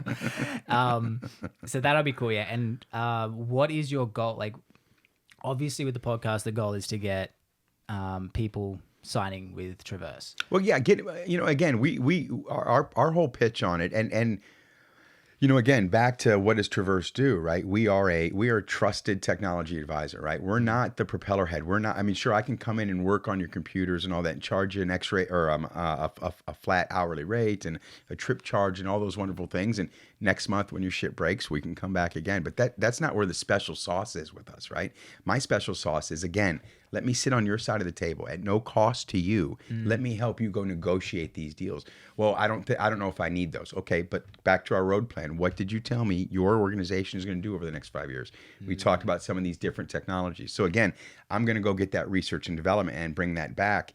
It's a longer sales process sometimes, but it's more of an education, right? Because at the end, they're getting a product that they're going to pay for anyways, and they're all of that research and development, all of the price negotiation, all the purchasing, all the implementation, that was all covered in the cost, right? They're paying a price for that product, but it was again, they continue to run their business. So we think of ourselves more of an educator, right? To come in and sit with business owners, because and so there's Susie's sewing machines and Sally's sewing machines, and they both do $1 million a year, and they both sell 100,000 units. But you know what? They're completely different in the way they run their IT. And who am I to tell them, right, that this is what they have to do, right? So we come in and find out, well, what's your budget, right? What is important to you, right? And then build a solution or show them solutions that they can accept and build their infrastructure with. But again, it's more of it's a partnership versus a,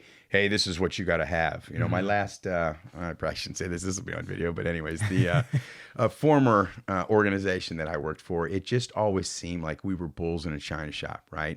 Coming in and almost telling, Sally sewing machines, right? Going in there, and Sally is, you've been struggling for 10 years and all of a sudden just hit a windfall, right? Huge contract and needs to upgrade her IT. Well, I've never been the guy to come in and say, oh, well, yeah, you got a big budget. You got to rip all this shit out and replace it, right? Lots of reasons. One, because I'm probably going to fail as an organization if you rip all that out and me try to replace it all at once seamlessly to keep you happy. I'm not sure any IT company can make that happen, right? So I don't want to take that on. And at the same time, if you don't need to rip and replace all that, don't rip and replace it. However, I previously worked at a place that it was almost demanded at times. Oh, this is too old. You got to I'm not going to work on it. Well, instead, we sort of take a different approach, right? We work with, and we're like, hey, small business, medium business, budgets are tight, right? You got to do what you got to do, but we're going to tell them as their partner, hey, these things are going to, these devices, these issues are going to cause you these other issues, right? That's going to snowball here. Just so you know, moving forward, and when you're ready to replace, we'll make the changes, and those things will improve. However, if you can't do it right now, we're going to work around it. Shit, you've been working for 10 years like this, right? Apparently, it's working okay. So, again, we sit on their side of the table, more of an educator versus a sales organization. We are a sales organization. Don't get me wrong, but it's you're like a business partner in a way. Absolutely, building a roadmap to be like, this is where you are now. Here's what the ideal situation would be. Here's the steps we do to get to that point. That's right. And we bring, we bring multiple vendors to clients, right? I don't just bring you one solution. I mean, we sell the hell out of Ring Central, but I've got people that want to see other solutions too, and I show them to them. They just never buy them. But for example, if we're working with Business Dynamics, as a matter of fact, they're in your Friday group. Kim Haley. Love Kim. Kim's amazing. She had a lettuce. She got lettuce from me. Yeah, she did. I was next to her when she got the lettuce. Yeah, that's right. You said she was like, I didn't think Blake would actually give give me I'm less. like, you realize it was Blake, right? I mean, Yeah. come on, Oh, and I made a promise. Yeah, you made a promise. But they, they're shopping for new internet service, a bigger pipe, and we've brought them 3 or 4 different proposals, just what's available. Now, some of them are way more expensive because there's build out and other things. So sure, we don't present those to them first. We say, hey, here's your best solution based on what we know experience wise and price wise. You can certainly see that. Here are your others way out of price. They've got to do all kinds of build out and whatnot. But that's up to you to make that decision, right? That's your check. As my client, you're the one writing that check. If you want to do it with XYZ company and spend more money, I mean, I've given you your solutions and stuff. We hope that we become that trusted advisor, right? Know, like, and trust me, that I'm going to steer you the right way, And the only thing I can ever tell people is, listen, I'm going to see you in Publix or I'm going to see you at Disney World sometime. And the last thing I want is not to be able to walk by you and shake your hand and look you in the eyes and know that we did everything we could to give you the best solution possible. I mean, I've been in this marketplace for, 36 years doing the same thing for the most part. And, and Mike as well. Mike's been here for about 25 years doing the same thing. So we do have a lot of experience in the marketplace and in the technologies that we provide or help clients locate. So again, back to the original question, we are more of an educator. I think I think when we sit down with people versus just trying to sell. The funny thing is, education is what makes the sale. Yeah. Like, I'll buy what I understand. I know that if I have, if whatever my circles are, say like my circle likes designer brands. I have a Gucci jacket. I'm going to get a response from it. I understand that if I'm a business owner, it's like, all right, if the thing that I like has, I guess, with sales that we've been tarnished with that name is what used to work was trickery. Right. Now with the internet, trickery doesn't work anymore. It's like you trick someone, you're going to get a 1-star review. Yeah. I can now research you later. Like the opportunists, the internet fucked them. Yeah, no, absolutely. It really did. Yeah, and absolutely. I think we've spoken about that before with like my content, my theory behind content, which it really is just the Gary Vee approach, which is like put it out and let people build their trust with you in their own time. Yeah. Because the funny thing is, it's like obviously you still need the techniques to keep them engaged. Right, that's right. You could do the most honest video. If it's boring as shit, I'm No one's scrolling watching to the next thing. Yeah, or listening or anything. Absolutely. Yeah, but it is a great thing now where it feels like sales is being pushed in the direction where you have to be more honest. But also you can sell shit and not even have anything to do with the business per se. This is like a side theory. I mean, this is a bit of a tangent, but with the pest control, our 2 best pieces of content are the ones that I've done for their bowling Christmas party and the one they just did last week where it was Pictionary. It's just us having fun. We're marketing to the whole local area, us not working. Like we're screwing around. They're like Steve's giving money out like freaking hotcakes. Like, at the end of one of the videos, he goes, Did everyone get a $100 bill? And everyone's like, yep, like money. And the thing was that the community was like, oh, these are really fun guys and women. I want them to have my money if I'm going to choose, even though they're a little bit pricier than the competition. Okay. You get what you pay for. Yeah. But obviously our service as well is insane. Like they've had 19 5-star reviews in the last 8 days. Nice. Yeah. But the whole marketing strategy is completely against what most people think. Oh, I need a call to action. I need to have this. I need to make sure that people know I'm the best. I'm like, nah. Right. I'm like, dude. Right. Everybody says they're the best. I know. Yeah, everybody. We do it better than anybody. We're loyal. You talked about it with the douchebag at the bar. what did we talk about your beliefs? We just talked about it like 3 weeks ago, and you said it's more of like an HR core values. Core values, yes. Right? Honesty, integrity, customer satisfaction. Well, no shit, right? I mean, Yeah, your business. That should be everybody. That should just be business, right? Yeah. Yeah. Well, it's that thing too. Is like, I think if people realized honesty, like the core values that every business always has, but very few actually follow, it makes your business easier. Right. We had a thing last week where it was like, there was a whole kerfuffle. We had to let one guy go that was on trial, I guess, first 2 weeks. He was gone. He was one of the major problems, but there was a lot of miscommunication and stress that was happening as well. So I got all the guys in that thing in the room, and again, I just said, guys, this is not I don't care about getting anyone in trouble. All I care about is just person A, you will tell everything of your experience. B, C, and I just went around. It was sort of like a little like AA meeting in a way. Right. But businesses don't do that. And I mean, for me, it was great because I got a piece of content out of it of how to mitigate, problems that don't seem like problems, but you don't want them to fester. Yep. And there was so much shit that we even learned in the group. It's like, oh, okay, he thought this and he thought that. Both of them weren't malicious, but this was creating a bigger problem. Yep. And it's the same in content, same with what you do. Like, it is really like at the end of the day, if you live by those core values, I've said this to the team. I'm like, you guys need to just always be courteous and nail the jobs that you're doing, so we're known for executing correctly. Mm-hmm. Selling it will become so easier. Yeah. And now it's like the guys, like I said, because our goal for the year was to get 79 5-star reviews, like double it. We're 5-6 weeks into the program of the new incentive stuff. They have 43 for the last 6 weeks. Oh yeah. And they're like, it is so easy to sell. Like, they just sold a $4,500 termite job because they looked up the reviews and they're like, yeah, okay, let's go. Right.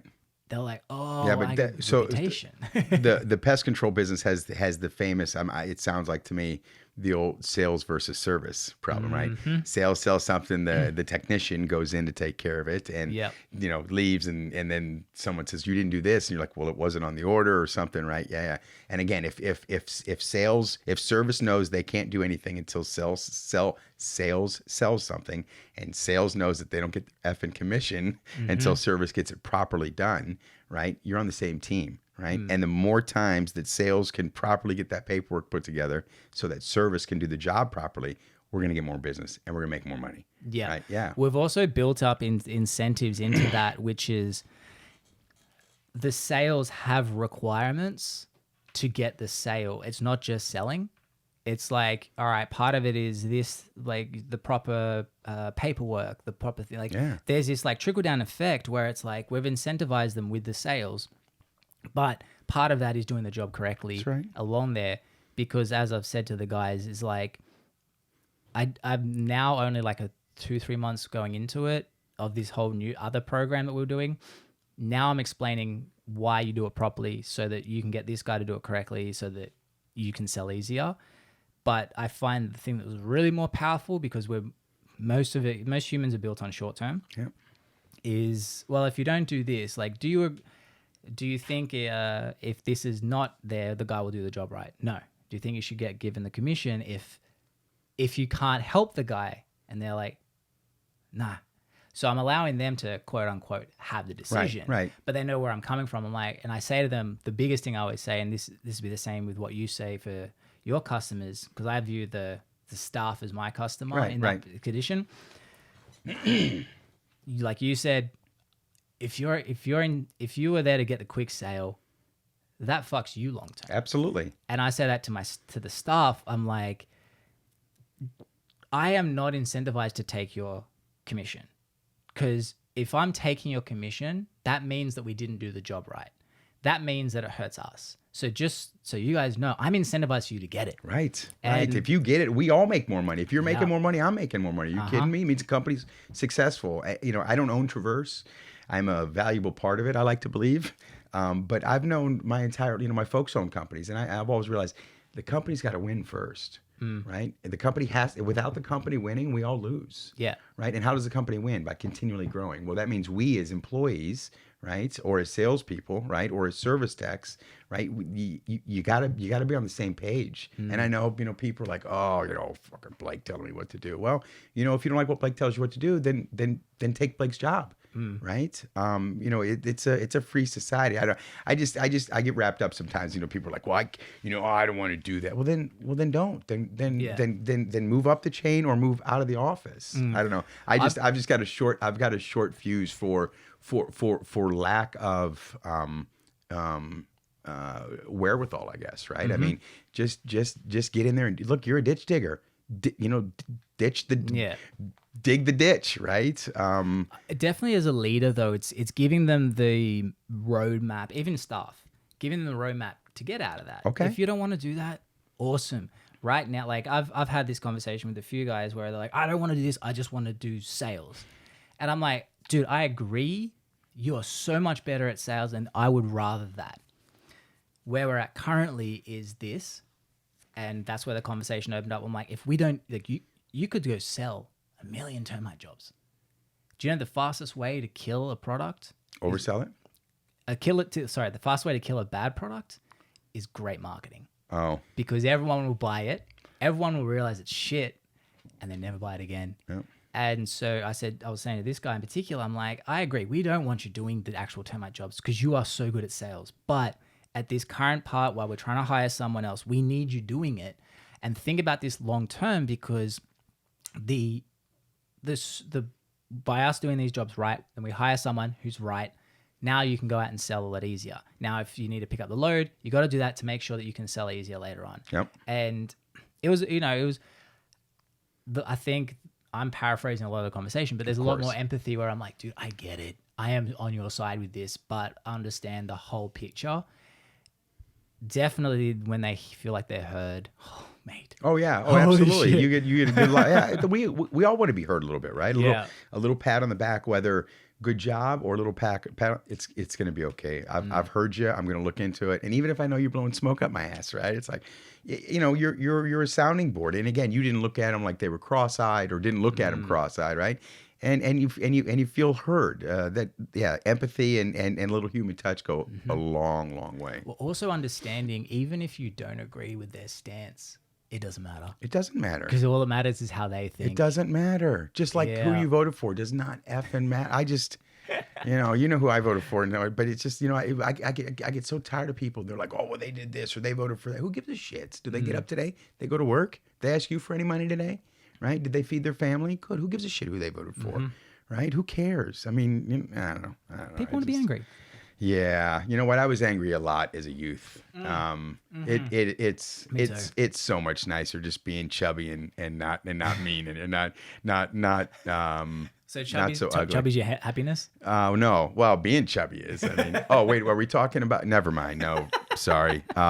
Can studio? Can you please rewind this? Thank you.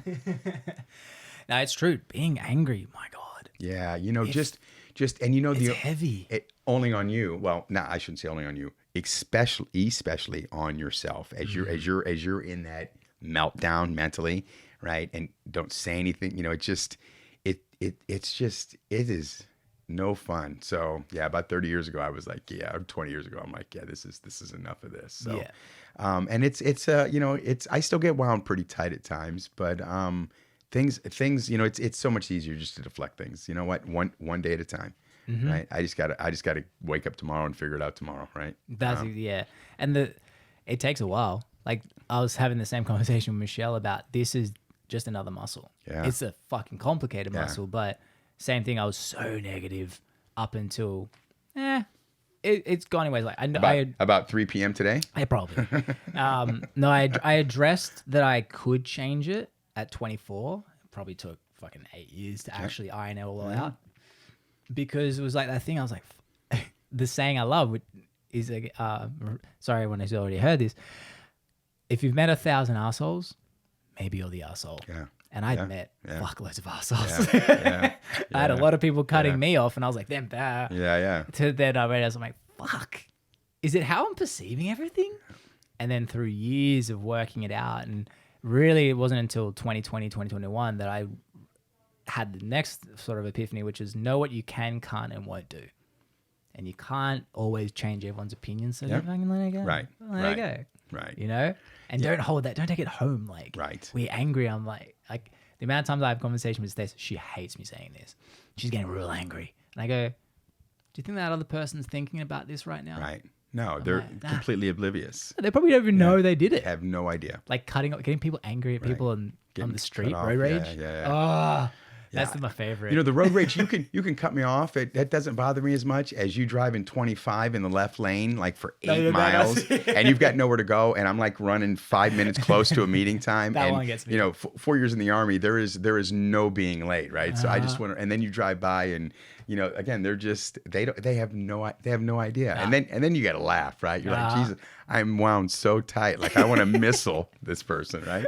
And the poor, you know, lady or man or whatnot, they're and just smiling, you know, probably have their little poodle on their lap, you know, just driving. Just listening to like some relaxing country, Yeah, not even knowing you're smooth jazz, right? Yeah. It's funny, whenever people cut me off, it's like, I'll be like, fuck, that was a good move. Yeah. Like sometimes like they're a little aggressive where I'm like, that guy's a dickhead. But sometimes when it's like, you know, Vin Diesel type shit, I'm like, fuck, what a move. Stacey's like, that guy's an idiot. I'm like, but that was cool. That was good. Yes. Yeah. I pull some of those sometimes, you know. I don't have any kids, right? Or wife. So, you know, it's like Smoking the Bandit. I just go. I just take off. I think I got it all out when I was like, they've recently tightened up a lot of the learning rules for licenses in Australia.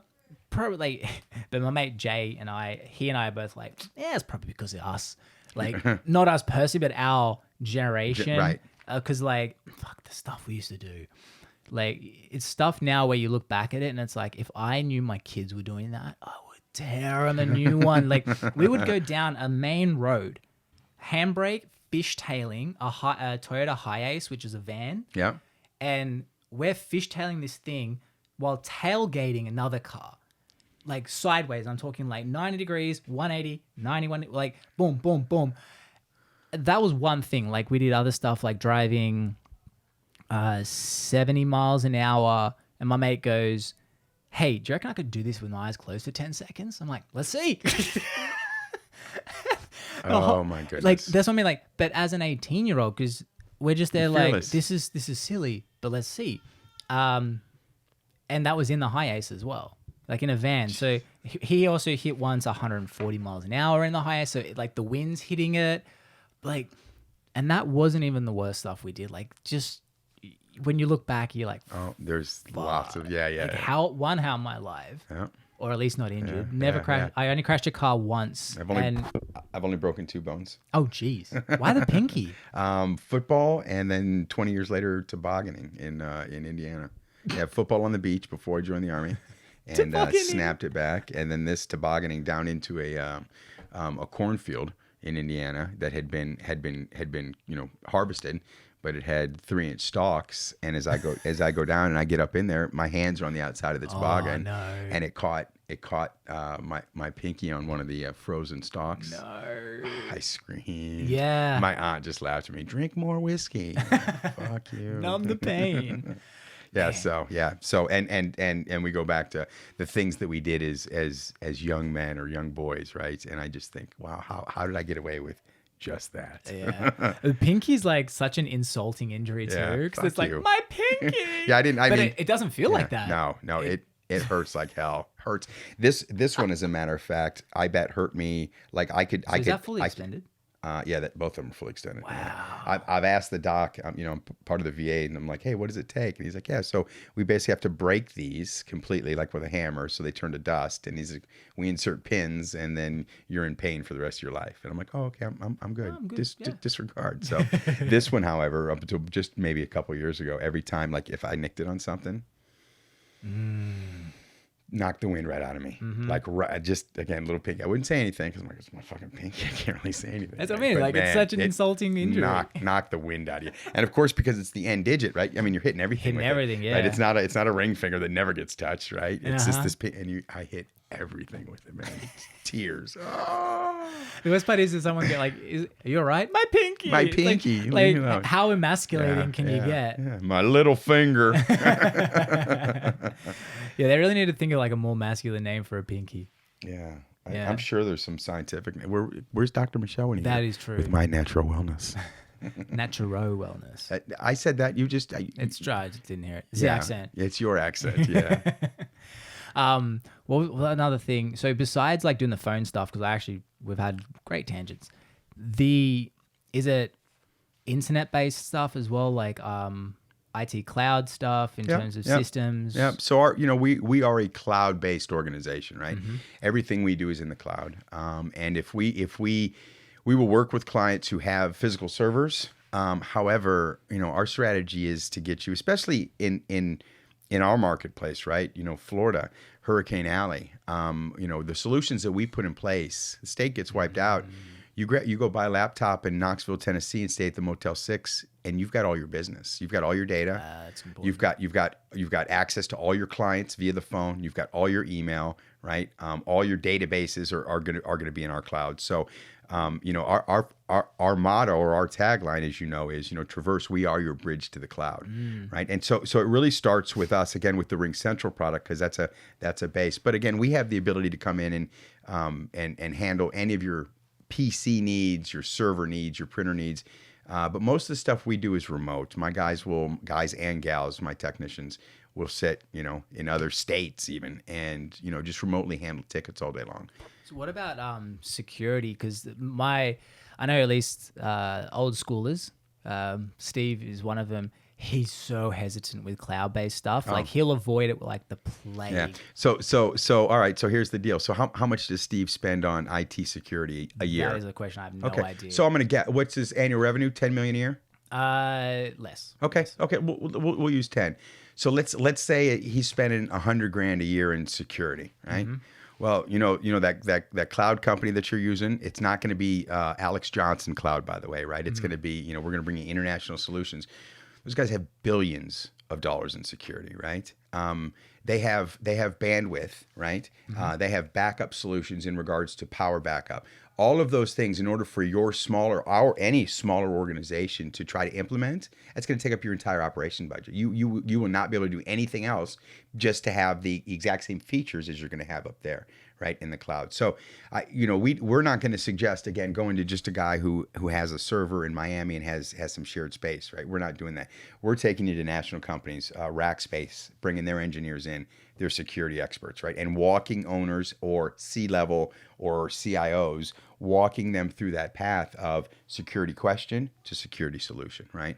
And when we take over an IT environment, the first thing we do, and the only way I will take it over, is if they put one of our managed firewalls in, right? And the management piece of that is done by a national company, international company, right? With a 24/7, 365 NOC, Network Operations Center, and a 24/7, 365 SOC, Security Operations Center, right? So it's being watched 24/7, right? Not by me, right? I go to sleep.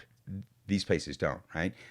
I can't spell IT. These guys built IT, right? And so if your company isn't willing to spend about $150 a month on that, right? And you don't pay me, again, you're paying a national company.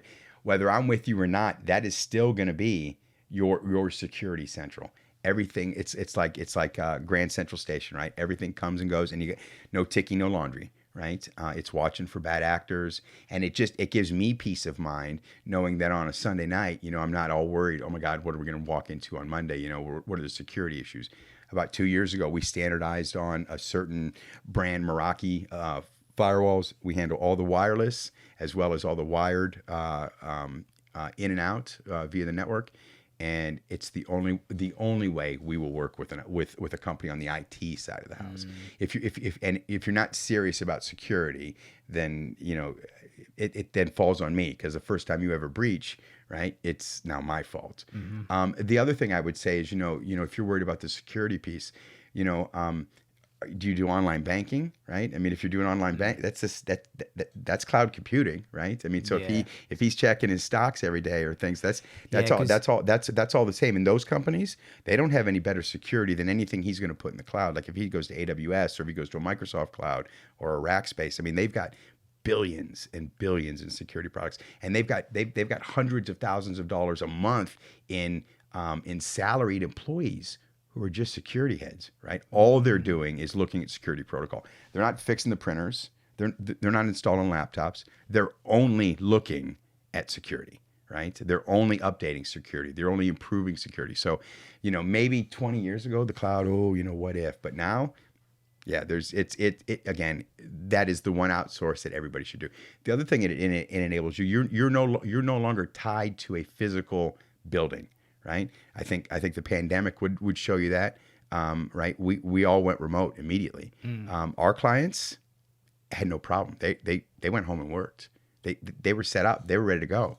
QuickBooks, whatever they're using, whether it's QuickBooks or all of our title companies use something different. Well, they all have the ability to get to those files in the cloud. And then there was either RingCentral, or we set them up on Teams, or Azure, or SharePoint, to where now or OneDrive, and it depends on the client, the budget, how they want to do it. They now all work remote. And say, as a business owner, real estate's crazy, right? So now all of a sudden your building's worth $3 million. You paid, $250 for it 20 years ago, right? Well, he or she is selling that building and telling employees, well, until I can find a new one, we're going to work remote and just do shared conference space. I've got 2 clients that have done that over the last 2 years, and everybody works from home. And they get more productivity. I mean, they've got happier happier employees, right? The business owners. It was just because the systems were already in place, and it's not expensive. It's just, you have to think, as a business owner, where do I want to be, right? So you have to lay some initial groundwork to enable your systems and your processes, as you stated earlier, to be able to be done remotely and be monitored remotely, right? Because and I don't mean monitored like, ooh, are they on the computer? But you can see workflow. You can see when people are logged on, right, through all of our services, right? So if people are doing the laundry all day long at home, or if they're truly engaged on their PC. So, remote services, man. That really is our bread and butter. Go work anywhere in the world. The other thing, talent shortage, right? People come and go. Well, we've got insurance companies who have licensed people who end up moving back to Michigan because they've got a sick family member or something that they need to take care of. Well, they've got a great book of business, this particular agent, and our insurance broker doesn't want to lose them. So what do? They give them a laptop with RingCentral on it, and they're like, just goodbye. We'll just pay every Friday. You'll be on the sales, be on the staff call Monday, and all day long they're pinging each other. 3-number call and direct call, right? I mean, it's like she's just 2 offices away. You just can't see her, but she's still doing the work, and the employer is still getting that book of business.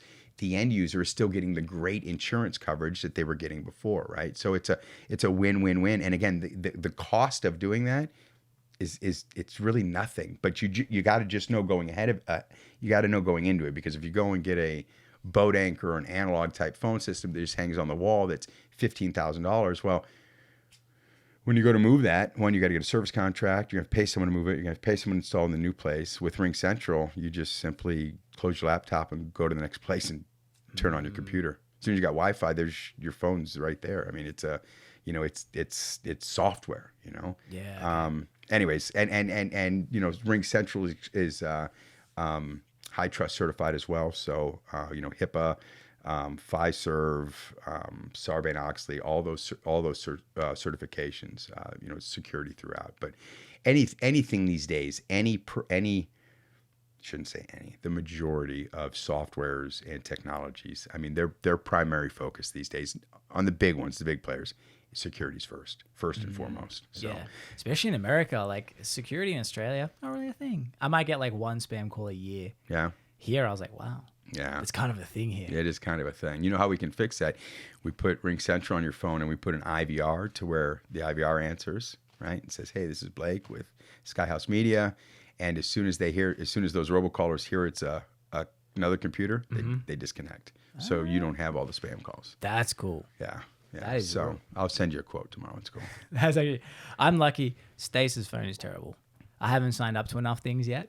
So I haven't got, for a while when I first moved here, I was getting a bunch of like California-based numbers, maybe spam. That's it. Really? Stace, mate. Because my number's only 8 months young. Yeah. So I haven't signed up to enough shit yet. And hopefully you're smart enough. You've got a dummy email account, right? That you use to sign up for I any never kind of connect spam. my phone though. Yeah, no way. I don't get it. No way. Even when Gmail tries to go like, hey, do you want a number to confirm? I'm like, just send it to my other email. Right. Like, don't text me. Yeah. I use my Traverse RingCentral number and again the IVR answers. So I don't get any spams, but I'll take the text. So I'll take, because it's a text number as well. So I'll put in my number, I'll get that back, and then again, they won't call because my recording, our IVR will pick up on that line and they'll automatically disconnect. That's neat. Yeah, That's actually really cool. It's really nice. Just again, you want your employees all day long answering friggin' robo and spam calls. Again, we're talking to the Kagans about that today. And again, that's a business decision. That's might sound really simple, but that's a process and a decision that we have with clients, right? When they're like, nope, we want someone to answer right away, but hey, how do we get rid of these robocalls? We've got a lot of spam calls. And so, again, the conversation is, well, through our experience, what we have found is if you have an IVR that basically runs interference, keep it short. Thank you for calling XYZ company. Press 1 for sales, 2 for service. People are more likely to listen to that short intro, hit a button, and now get you right to a live person. Now your people have to answer the phone, right? But again, that's your call. It's Skyhouse Media, right? If you want your employees to answer the phone, then that's what they got to do, right? And they're going to get some spam calls. And again, but people don't know that. They don't. Both Chris and Danielle were like, oh yeah, that makes sense. And they're going to chew on it. But again, those are just some of the little conversations we have, and that's on the phone side, But there's a lot of just little tweaks, and everybody wants it just a little bit different, Yeah. Well, that's the thing. It's like, if you cut out even 10% of your mild inconveniences, bruh, so much easier in life. Yeah. I just need something just to focus, though, because even Bill Rick is so wonderful, and you've talked about a lot too, the whole time blocking, and I try, and and it isn't even so much the cell phone, because I can leave my cell phone in another room and I'm fine, but I can find something else to distract me, I've got there's all kinds of stuff. Hell, these few things right here are distracting me, Well, how do you think I feel with all these Pokemon cards? Yeah, it's next level. It's a problem. Do you feel like a 12-year-old boy? I don't know. Would you explain to me what you feel? I don't know. What do you feel like? Honestly, I don't know what it is about. You and I have talked about this, and I've asked. It's a problem. It's a problem. You look really serious. Is this? No. Is Stacy standing outside the store I ready to come know it's a problem, through? but I'm not going to change it. Okay. It's like one of those things where I'm like, do I need? Like, I just spent $120 on a card yesterday, but I sold a different card for $140. So yeah, I'm ahead. But yeah, a dickhead is what your wife would say. She does. I'll get here's how much of a hypocrite I am. Yeah. She bought like some dress or something. I'm like, we don't have the money. How much? Like, how much? I'm like, it's like $60. Yeah, And I'm like, what are you talking about? We don't have the money right now. Like we have the money, but we don't have that to allocate to that because it seems silly. Then I'm on eBay that night, $100 on a piece of cardboard that's graded. And she's just like, And I'm like, don't judge me. Yeah. I have an addiction. Yes. And I see them all. And you have they like all look the same. Yeah, so that's Vileplume. He's like the one Pokemon that I'm obsessed with. Don't know why. Just I am. But it's like turn around, you got a bunch there too. Yeah. Like the same one. Then you got the carp. Like it looks like it's not purple, but I think purple mushrooms, right? When I see it, right? Yeah. There's what is it? No wonder you don't drink. I got a freaking rug of him as well. I'm going to Chicago to like get do the filming, and they make custom pillows. And I was like, can I get a Vileplume pillow? Like, yeah, sweet, no worries. I'm like, legends. Like, it's a weird obsession, but it's mainly because so a bunch of those, the second row, for example, you can see there, all 4 on the left are 1 of 1s in the world. Then like a bunch up there's like 1 of 2s and everything. Like, for me, it's like it's a weird goal that I've created for myself. That's the only reason. If it was like 1s of 100s, I don't give a shit. Right. Whereas me, I was like, it's this dumb thing where it's like, because I've set this goal, I can't let go of it. And it's just, I want to have the biggest Vileplume collection in the world. And it's like my own little Easter egg hunt every single day where I just check, all right, cool. Like I've got 3 right now that I'm scoping, and the bid ends in a couple of days, and I'll wait on eBay. Because I got my own eBay technique now. Right. Of course. We all have a bit of a technique. It's so funny. But so there's 3. So there's one like making an offer, and that negotiation book I always tell you to look. Yeah. I use 3 of them in that, like 3 of the rules in my negotiations for best offers, and I get some insane deals where people are like, how? Because most people will like send an offer, it's a flat number, like $100. One, I have no emotion behind it. If I receive, I'm like, fuck off. So what I'll do is I'll do a real obscure number, like $138.02, or $138.88. Then I'll have in the message, it's a 3-sentence approach.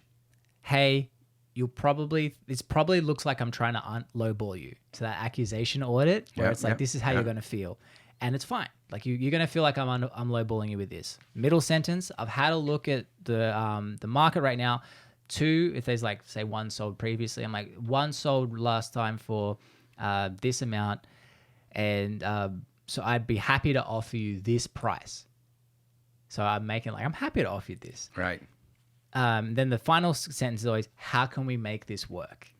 Dude, the success rate on that is like crazy. Really? My mates are like, how'd you get that? Like, I got one car where a guy was asking 200 and I got him down to like 120. Didn't even negotiate with me. He's like, yeah, cool.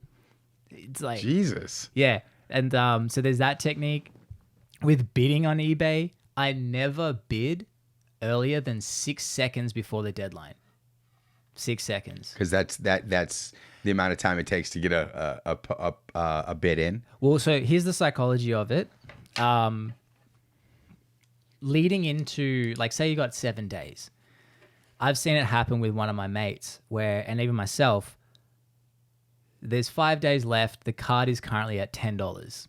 So I'm like, in my head, I go, I can justify $40. Then I'll put in my bid and it automatically builds up. And if someone else is bidding up as well, it will just track up. Yep. It hits $40. There's still 3 days left. I mean, I could justify 60. Couple more, like another day. Some other guys or 2 other guys are bidding with me. All right, I can justify 80 because I've got enough time to emotionally jump that little step higher each time. And so do the other guys that I'm betting with who are faceless. Instead, I'll watch it, do nothing. Right. I don't want to rise that price. No. I don't want to do it, but I'll have my number. So sometimes, like one card I just bought over there for $59, 1 of 1. I watch it. I have a friend in Perth who's also into Vileplume. So it's like, I've never met him. It's just this weird thing where someone else is a freak like you, Blake. And I waited until 6 seconds. It was at like $40. And I can justify 112. So way, way higher. I waited until 6 seconds and went, bid. Went to 59. No one else is fast enough to do that. Right. And so I got it for 59. And I messaged him like, got this card. He goes, fuck, you beat me? I was like, that was you? And I go to him like, dude, the technique works. Wait till 6 seconds left and just bid then. Sometimes I wait otherwise you're driving it up. Yeah. You're driving up the price. And he did that with one card there. What did I pay way too much for? Because he goes, yeah, dude, I'm bidding on it too. I'm like, stop fucking bidding, dude. Right. Stop bidding. Right. We're killing each other here. It was driving itself up. And he doesn't do it still. I'm like, just trust me. Does he have any children? Yeah. Oh, okay. I was thinking maybe he doesn't have a beautiful daughter like you. He has to support, right? It's a pressure. He's spending his money just willy-nilly. But everyone I tell, I'm like, try those techniques. Like, again, it's like how you talk. I'm doing the same thing of how I talk to customers, how I talk to staff, how I market, Yep. Same thing, accusation audit, reason it.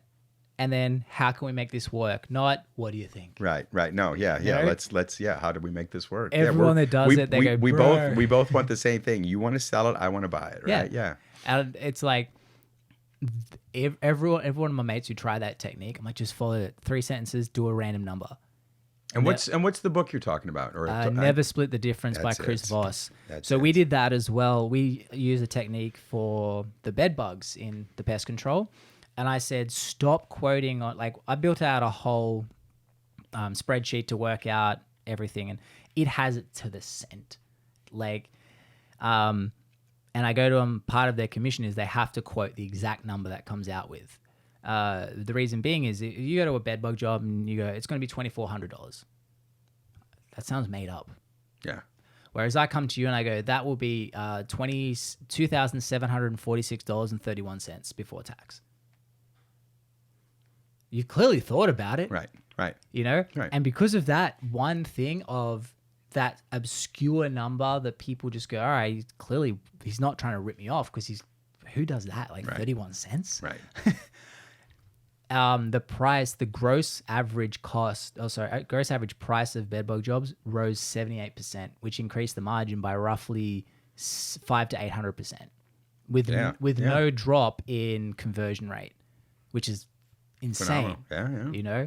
And that's really the major thing that changed was just quoting super like one, it was quoting correctly, because there wasn't, because they were always assuming what the person could afford. So if they felt like it was a $1,200 job, they'd be like, I mean, we can do it for $1,000. Right. Whereas now I'm Just to like, get no, the you business. quote that on that Right. sheet, or you don't get it.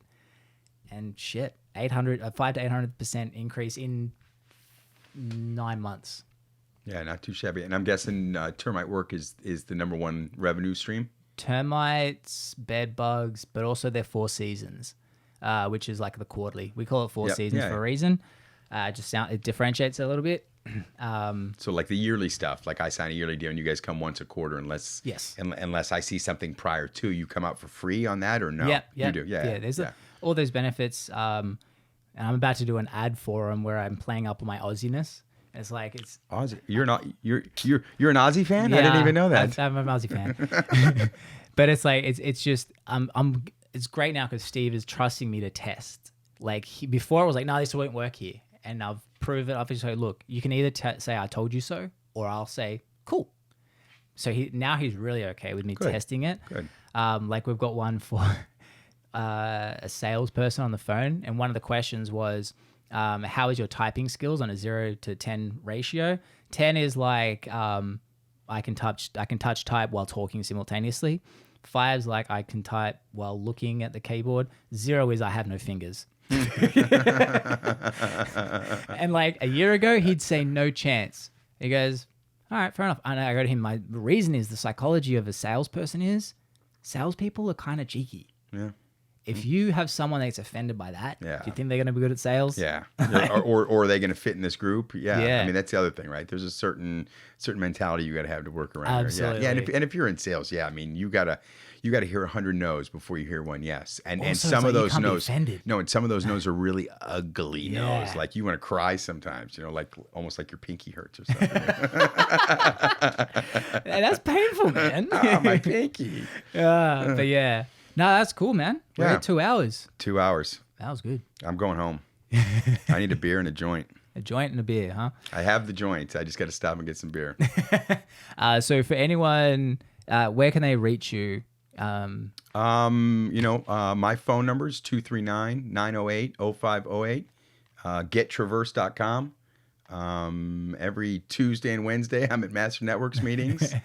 And I am all over Southwest Florida, and we come to you, right? We come and sit down with you. And again, it's let's just talk, and it's funny because I've had several clients who just take on a small bit with us, and that's fine. But we end up being like lifelong friends, Mike and I are very fortunate. We have some really great techs that work for us. And I've worked with one of them for about 20 years, Andy. And they care about our clientele the way that Mike and I do. So it's just been really fun working with Traverse the last 5 years, and I don't see that changing anytime soon. So I'd love to sit down with anybody and just rap about technology or play some golf or go fishing. We can do it. We'll do whatever you want, man. I'd love to do it. Beautiful. Yeah. All right. See you later, everybody. Thanks, guys. Oh my There goodness. you go. It feels like you're coming out of a Holy a shit. It's vortex. funny because I was thinking about it. Oh, wow. Like halfway through it, I'm like, the vortex isn't so bad now. And I'm like,